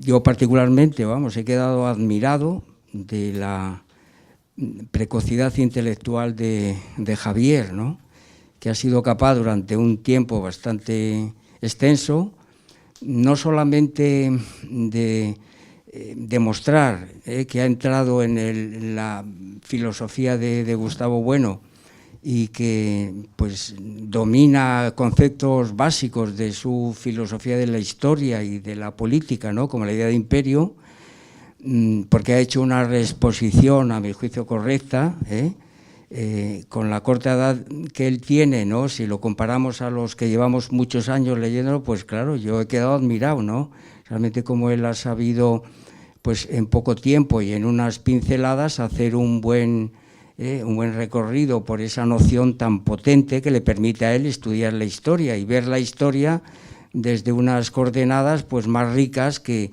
las que pueden ofrecer otros manuales, ¿no? Esto realmente me parece absolutamente pues admirable, ¿no? Y luego nos ha ofrecido, pues claro, una lista de hitos que le ha puesto el adjetivo de olvidados. Y yo quiero hacer hincapié precisamente en el contenido de su exposición, que ofrece, pues, vamos, que es muy rica, es muy fecunda, su exposición, porque eso permite ahora hacer un diálogo. Yo voy a intentar establecerlo con él, a ver qué le parece, y que él recoja y me conteste, pues muy fructífero, un diálogo muy fructífero, tanto por la idea de descubrimiento como por la idea de olvido, son dos nociones, bueno, y luego lo de la leyenda negra, vamos a decir algo sobre ello. En cuanto a la idea de descubrimiento, ¿no?, lo que tú nos has mostrado aquí, pues sería, de entre todos los descubrimientos posibles, pues un tipo de ellos. Y yo entonces, pues, digamos que para enfocar esta lección magistral que nos ha dado él, pues quisiera recurrir, porque me parece que en nuestra escuela es algo absolutamente fundamental, a un artículo que escribe don Gustavo en 1989, que se titula Teoría de la esfera, a la que tú te has referido continuamente, y el descubrimiento de América. No voy a relatarlo en absoluto, sino reparo en unas nociones que a mí me parece que vienen muy al caso para clasificar lo que tú nos has dicho aquí. O sea, que es el propio don Gustavo al que tú has recurrido, y es la propia idea de esfera que él acuña en este artículo del basilisco. Por cierto, que fue el basilisco número 1 de la segunda época, 1989. Entonces, don Gustavo, en ese artículo, pues en un principio dice que la palabra descubrimiento y los hitos que tú nos has descrito aquí, pues son descubrimientos, pues tiene dos aspectos contrapuestos, o por un lado un aspecto conspectivo, es decir, descubrir es conocer algo nuevo, ¿no?, pero que no es desconocido por otros sujetos, en una palabra, ¿no? Bueno, pero que todo descubrimiento, además de tener esta conspección, que hace referencia a lo fenoménico, pues tiene otro aspecto resolutivo, que tú también te has referido a él realmente, ¿no? Y es cuando eso que se ha apreciado fenoménicamente, pues se domina, se ocupa, y hay pues un desenvolvimiento de eso, y claro, pues hay una resolución. Y en ese sentido, los hitos que tú nos has contado, pues muchos de ellos se mantienen, a mi juicio, en ese primer aspecto conspectivo. ¿Por qué? Pues porque no se llega a dominar, no se llega a ocupar, y es que lo has contrapuesto magistralmente con respecto a otros territorios que fueron descubiertos conspectivamente, pero también dominados. La palabra conquista es perfecta, vamos, digamos que es el término que has escogido perfectamente, ¿no? Muy bien. Pero luego, o sea que por un lado, de lo que nos ha hablado aquí Javier es de unos hitos del Imperio Español, que no han llegado pues a ser territorios dominados, porque España no tuvo posibilidades de dominarlo, vamos, en una palabra, y esto lo ha dicho él, es imposible un imperio universal, ¿no?, en el sentido más extenso de la palabra. Pero luego hay otro concepto que me parece todavía más agudo, que nos ofrece don Gustavo, que es que los descubrimientos los agrupa en dos géneros. Un primer género de descubrimiento que él llama manifestativo, que tiene que ver con el reconocer aquello que se ha visto por una comunidad determinada, pues que es reconocido, ¿no?, sencillamente, y que hay indicios pues para seguir avanzando en su conocimiento, ¿verdad? Pero hay un segundo género de descubrimientos que es constitutivo, y es cuando se tienen los instrumentos suficientes para justificar ese descubrimiento, es decir, cuando se llega pues a una definición concreta de lo que es ese continente, es decir, una estructura esencial, y que eso tiene que ver ya con la idea de invención. Es decir, no todo descubrimiento es una invención. Los españoles inventan en la medida en la que determinan esencialmente lo que han descubierto, o sea, lo justifican. Y no es el caso de algunos de estos hitos. Es decir, que de lo que nos habla Javier aquí es precisamente de unos acontecimientos que tienen lugar precisamente pues, en el siglo XVI y XVII, incluso un acontecimiento del siglo XVIII, donde el Imperio Español, pues digamos que ha hecho unos descubrimientos sobre unos territorios que no puede dominar, vamos, en una palabra, no los ha podido dominar. Esta es la cuestión.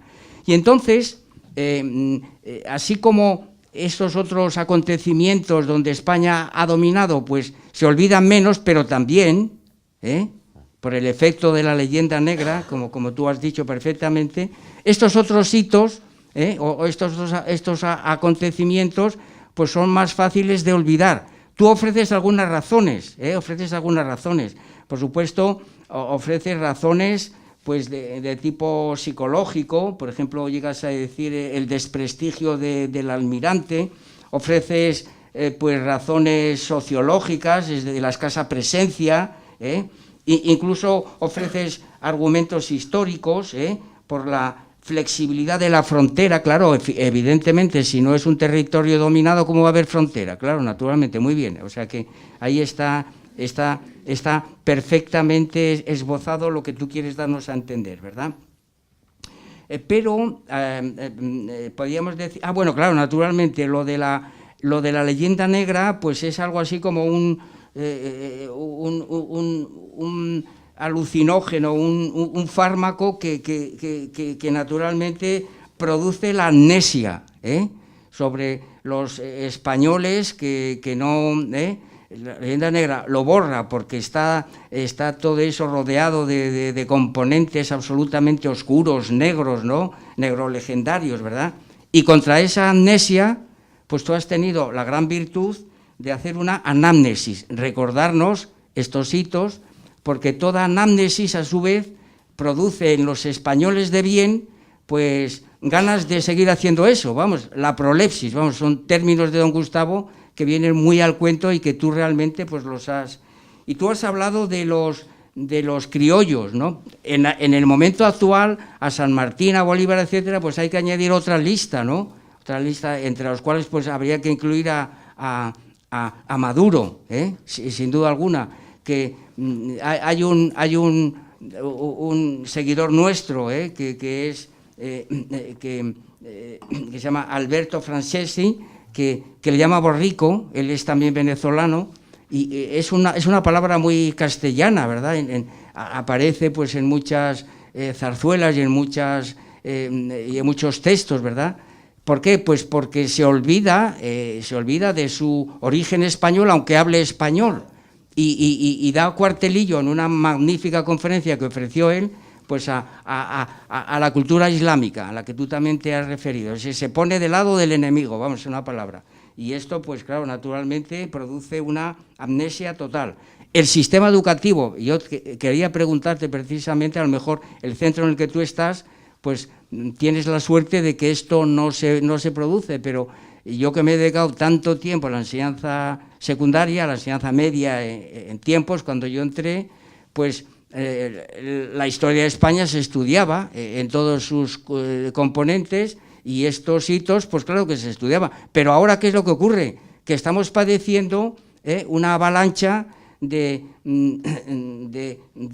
nacionalismo fragmentario, que tiene por objetivo precisamente borrar, echar veneno sobre lo que podríamos llamar, pues eso, la anamnesis, y sin embargo inventan otra historia, otro narcótico, que es la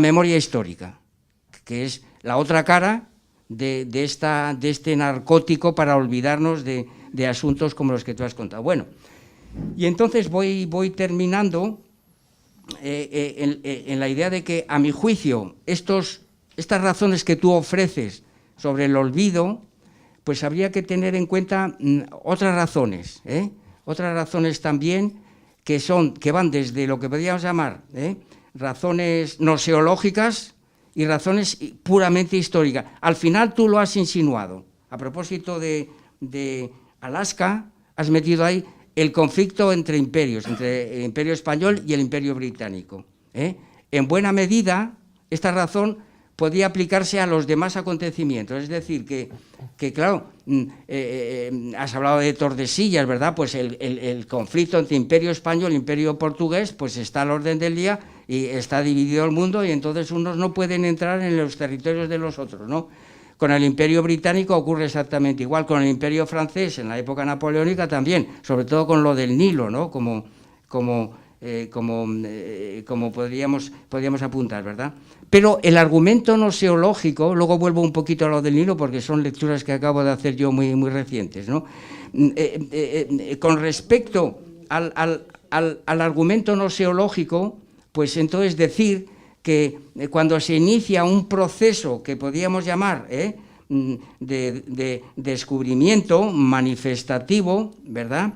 Pues cuando ese descubrimiento cierra tecnológicamente, desde un punto de vista noseológico podríamos decir que todas las operaciones pues tienden a neutralizarse, es decir, que queda lo descubierto, lo realmente descubierto, y todas las operaciones que han contribuido a ello pues se tiende pues a neutralizar, de la misma manera que los grandes inventos o los grandes descubrimientos en otras ciencias, en este caso de la historia, pues se conoce y se opera con ese descubrimiento justificado, con esa invención, pero no se recuerdan todos los que han participado en este asunto, ¿no? De manera que esa razón también hay.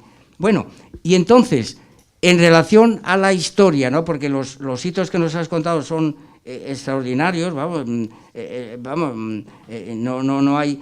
Pero yo tengo muy reciente porque además los has citado, ¿no? A Livingstone y a Stanley, pero anteriormente hay que darse cuenta que los ingleses tienen por objetivo precisamente el dominio de África desde el Cairo hasta el Cabo, pasando por Rodesia, por todo lo que les interesa a los ingleses, que es un imperio depredador, y por supuesto África en esos momentos pues estamos en el siglo XVII. No nos olvidemos que Barton y Speke están diciendo que las fuentes del Nilo o bien están en el lago Tanganica o en el lago Victoria, y que es Stanley que le dice, no, es el río Congo.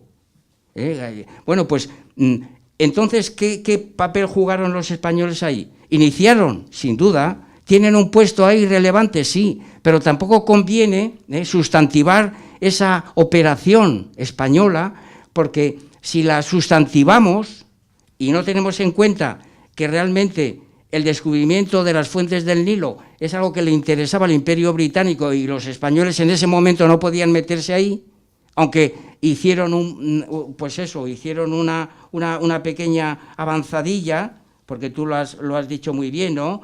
Páez Jaramillo, pues ¿cómo explicamos esto? Bueno, sencillamente pues que lo que realmente interesó pues fue la resolución inglesa, porque querían dominar África, sin duda alguna. Pero es que antes, esto en el siglo, pues eso, podríamos decir en el siglo XIX, pero ya en el XVIII el conflicto es con Napoleón, ¿claro? Porque otro de los grandes del descubrimiento del Nilo, ni más ni menos, pues son las campañas napoleónicas, y la figura de Champollion, claro, sin duda alguna, es decir, es el que descubre el significado de la piedra roseta, que por cierto está en el Museo Británico. Yo me he pasado horas enormes, muchas horas estudiando aquello. Naturalmente lo que descifra Champollion de aquello. Roseta no es que la piedra sea rosa, es negra. Es negra. Se llama roseta porque fue descubierta en el delta del Nilo. Y ahí empieza toda la historia, porque a Napoleón le interesaba bloquear a los ingleses. Luego, los olvidos, en este caso, pues tiene que ver con una dialéctica de imperios que no lo podemos olvidar, y que si nosotros, y con esto pues doy por terminada esta intervención para que tú ahora cojas lo que te parezca y hagas tus comentarios oportunos, ¿verdad? Bueno, lo mismo podríamos decir con la Antártida. El verdadero dominio de la Antártida ocurre en 1911-1912. Amundsen, el noruego, y el inglés Scott, un poquito antes de la Primera Guerra Mundial, también en función precisamente de dialéctica de estados, dialéctica de imperios, claro. Es que esto hay que verlo así, ¿verdad? Y entonces la avanzadilla de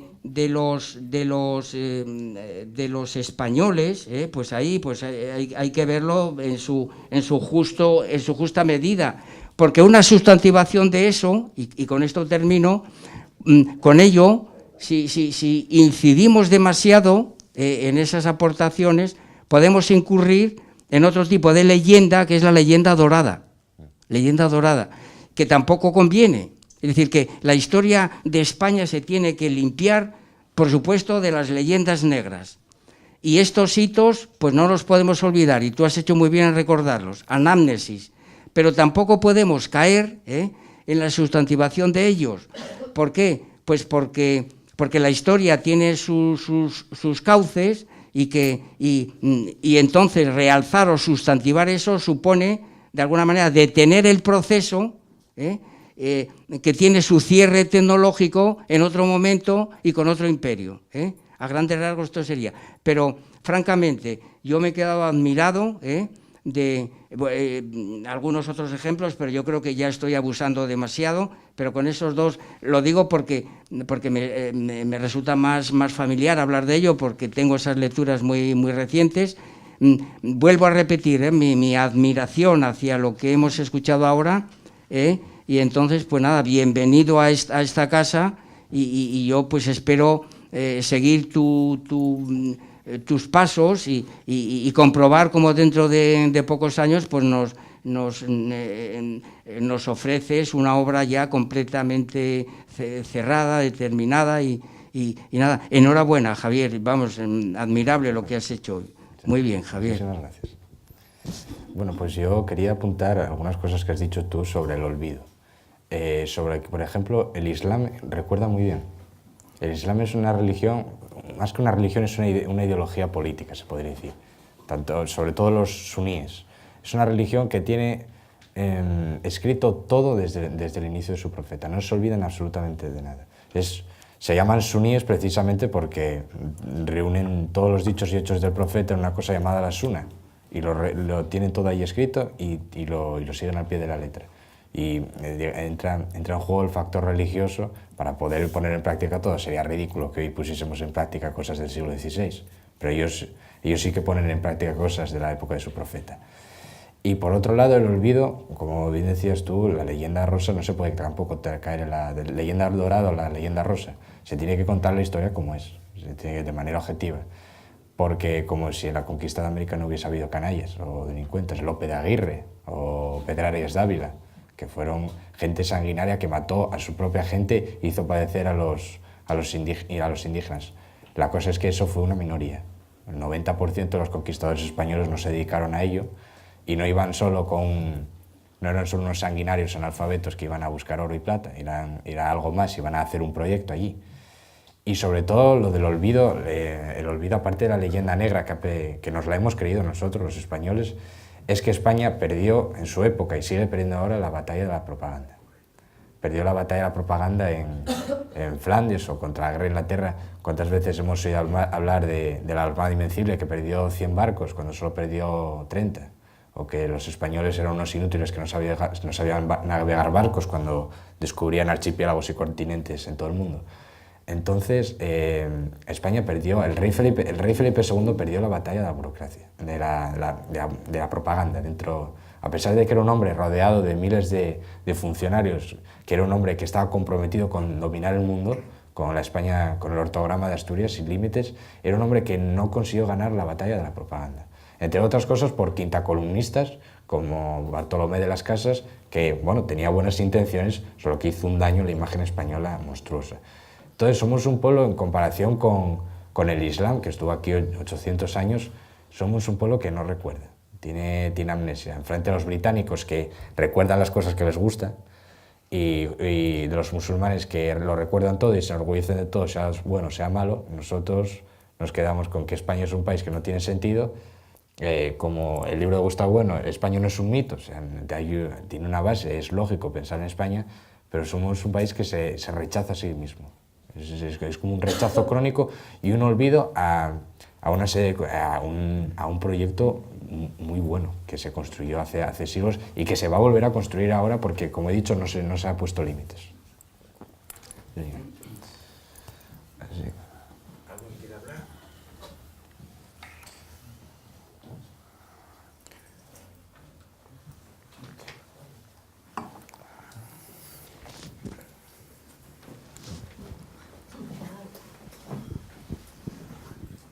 Sí, dos cuestiones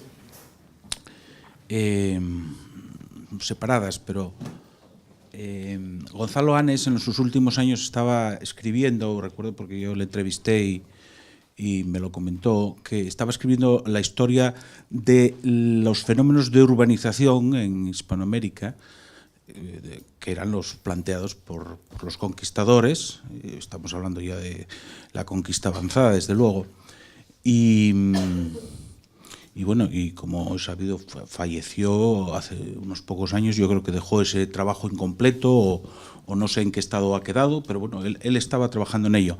Entonces, mi pregunta es si en esa condición generadora del Imperio Español se pueden establecer los campos concretos y materiales en qué consistía, y supongo que uno de ellos es el de construir ciudades. Ciudades que, por ejemplo, en el caso de Lima, que es un dato que se suele aportar muchas veces, ya en el XVI, ya en el siglo XVII, pero creo que más en el XVIII, el número de camas hospitalarias por habitante en Lima era superior al de ciudades españolas como Valladolid, Salamanca, etcétera, las principales, ¿no? Bueno, entonces, si se puede establecer una pauta o un esquema de en qué consiste efectivamente la conquista generadora. Y ya digo, uno de esos capítulos sería, por supuesto, la creación de ciudades.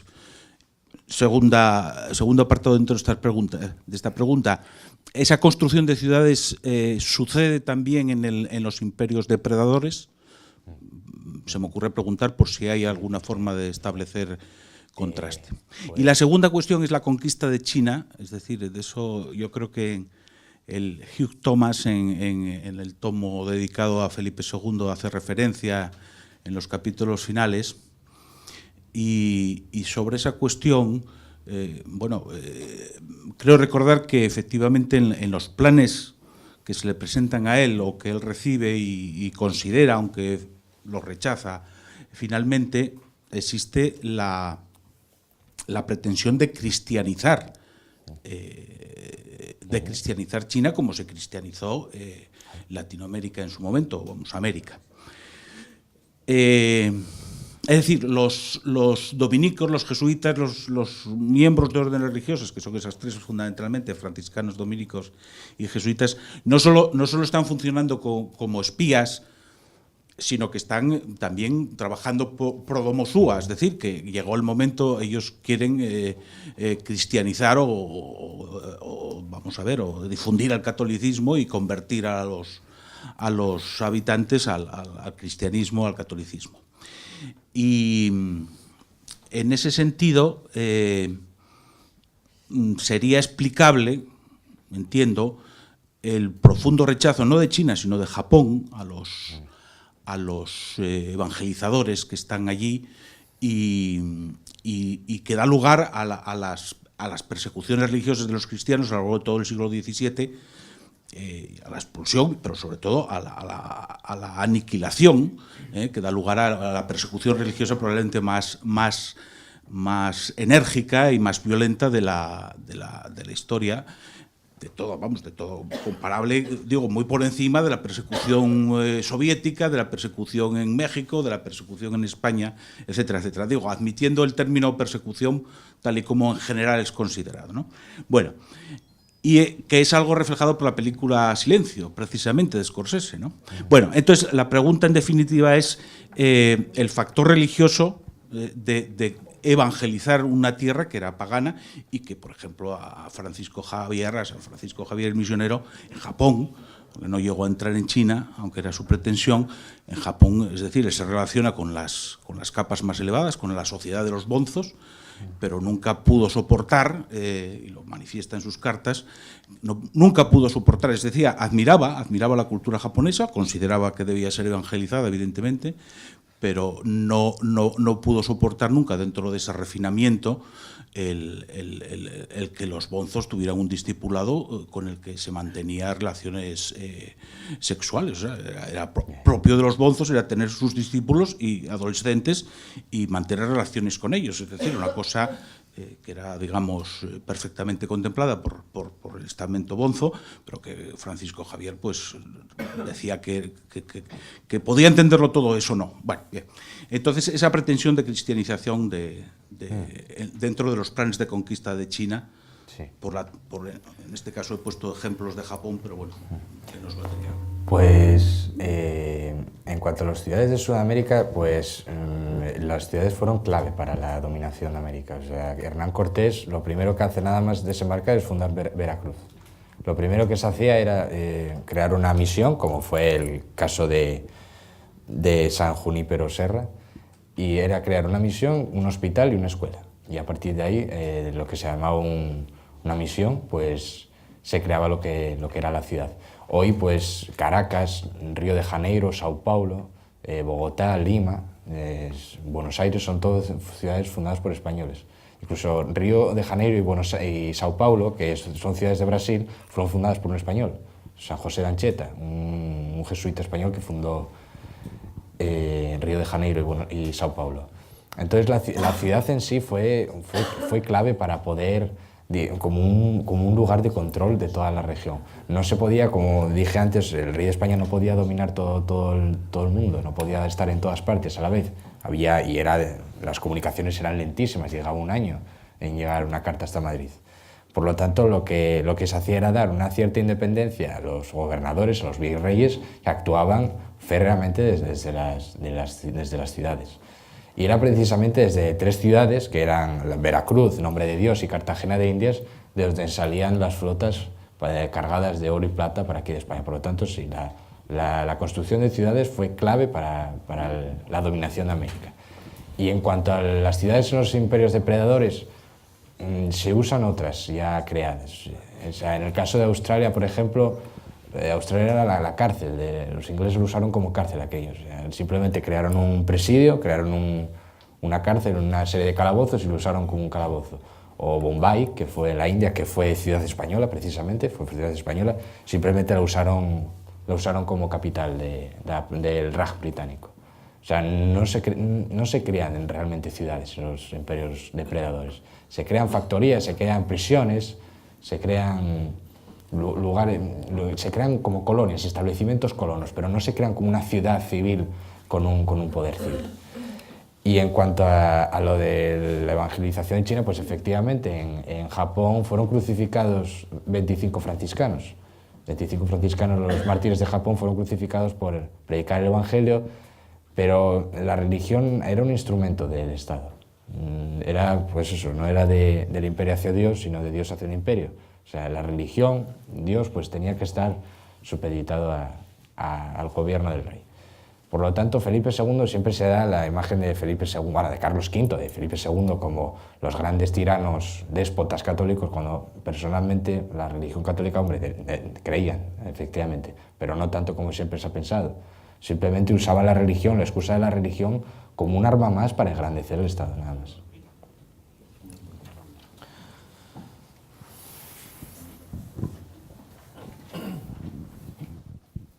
Sí, bueno, yo quería preguntarte, o en todo caso, si no ha lugar a la pregunta, sugerir la lectura de Sepúlveda y de las Casas, a propósito de la leyenda negra y de la leyenda rosa, ¿no? O Sepúlveda es favorable de una esclavitud aristotélica aplicada al indio, y Las Casas es favorable de una cristianización del indio.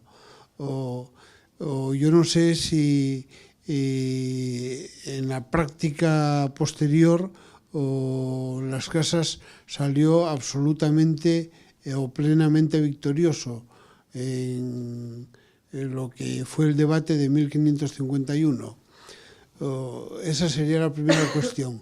Y la segunda cuestión es sobre la famosa dependencia.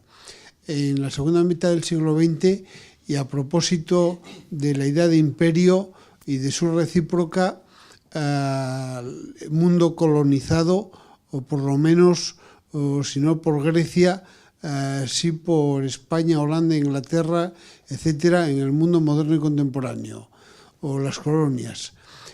Hay una idea que impera en el ámbito de la economía de la segunda mitad del siglo XX, que dice que la suma de las exportaciones y de las importaciones respecto del PIB da idea, o es el indicador de la dependencia económica respecto del capital financiero internacional. Sí. Bueno, en cuanto a lo de Valladolid, pues Bartolomé de las Casas ganó, entre comillas, el debate, pero fue gracias a sus compañeros, a Melchor Cano, a Fray Domingo de Soto, que le apoyaron, eran de su misma orden y le apoyaron incondicionalmente. Sepúlveda lo que mantenía era que se tenía que hacer la guerra al indio, porque los indios eran antropófagos, que tenían razón en eso, y eran gente que abría en canal a sus víctimas y les arrancaba el corazón. Por lo tanto, Sepúlveda en realidad tenía una serie de argumentos válidos, por así decirlo, entre comillas válidos, para poder argumentar la guerra al indio. Lo que no tenía nada argumentado era su esclavitud, evidentemente. Y ahí entra Bartolomé de las Casas, junto con sus compañeros. Bartolomé de las Casas simplemente lo que hizo fue tener una serie de debates con otros personajes, aparte de Sepúlveda, y estuvo en América varios años. La cosa es que intentó hacer como una especie de recopilación, la brevísima historia de la destrucción de las Indias, que es una recopilación de barbaridades pero inventadas. O sea, realmente son cosas de oídas. Decían que, por ejemplo, en el libro se dice que los españoles tiran a los indígenas a los perros, cosa que se sabe que no es verdad. Eso nunca hubo conquistador español. De los gobernadores, de los grandes conquistadores, ninguno tiró a un montón de indígenas a un foso lleno de perros, ni nada así. Por lo tanto, simplemente eran barbaridades y disparates recopiladas para escandalizar al emperador. Lo consiguió escandalizar a Carlos V y consiguió que se firmasen las nuevas leyes de 1542. Por un lado, la parte positiva es que consiguió que se redactase ese documento, que es, junto con las leyes de Burgos, son la primera declaración de los derechos humanos, por así decirlo.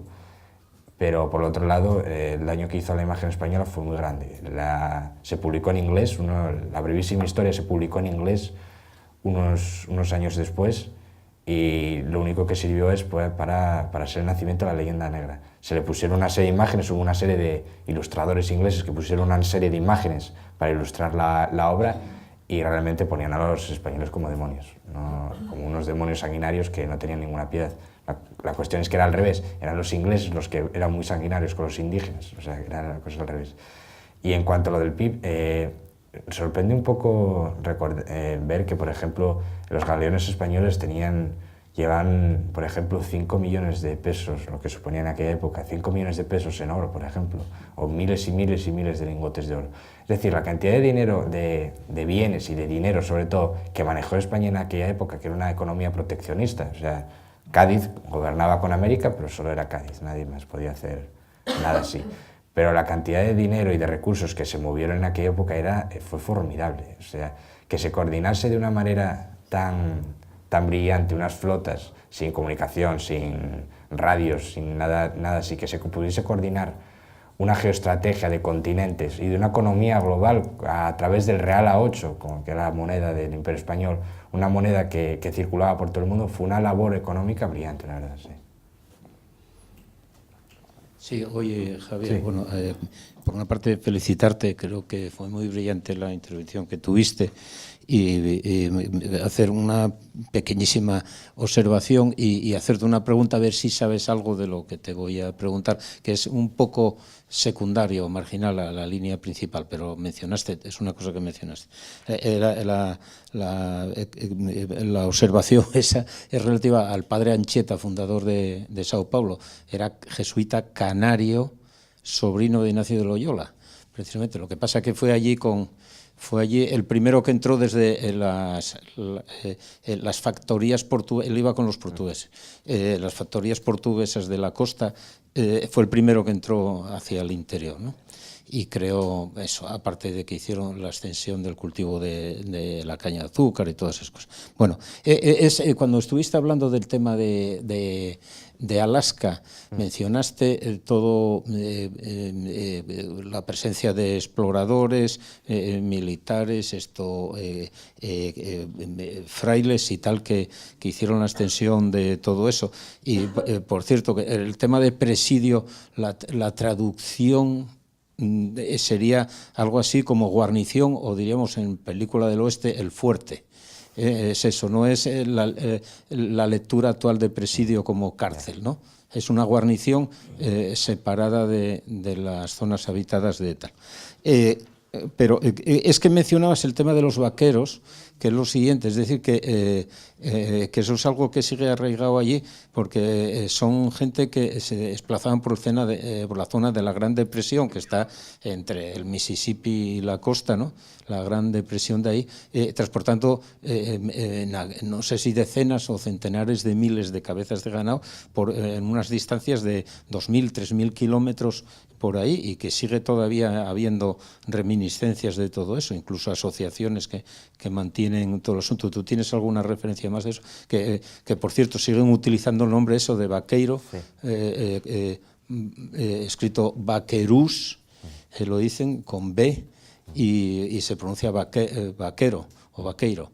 Y siguen existiendo por lo menos reminiscencias de eso, no sé si la práctica. Y entonces, ¿tú tienes alguna información más de dónde provenían, de cuándo se inició la práctica esa y tal? Sí. Pues bueno, pues gracias por lo de San José de Anchieta, porque no tenía la menor idea de que fuese sobrino de Loyola. Y en cuanto a la guarnición, por ejemplo, San Francisco, que dije que era un presidio, fue fundado por 44 españoles, fue fundado San Francisco.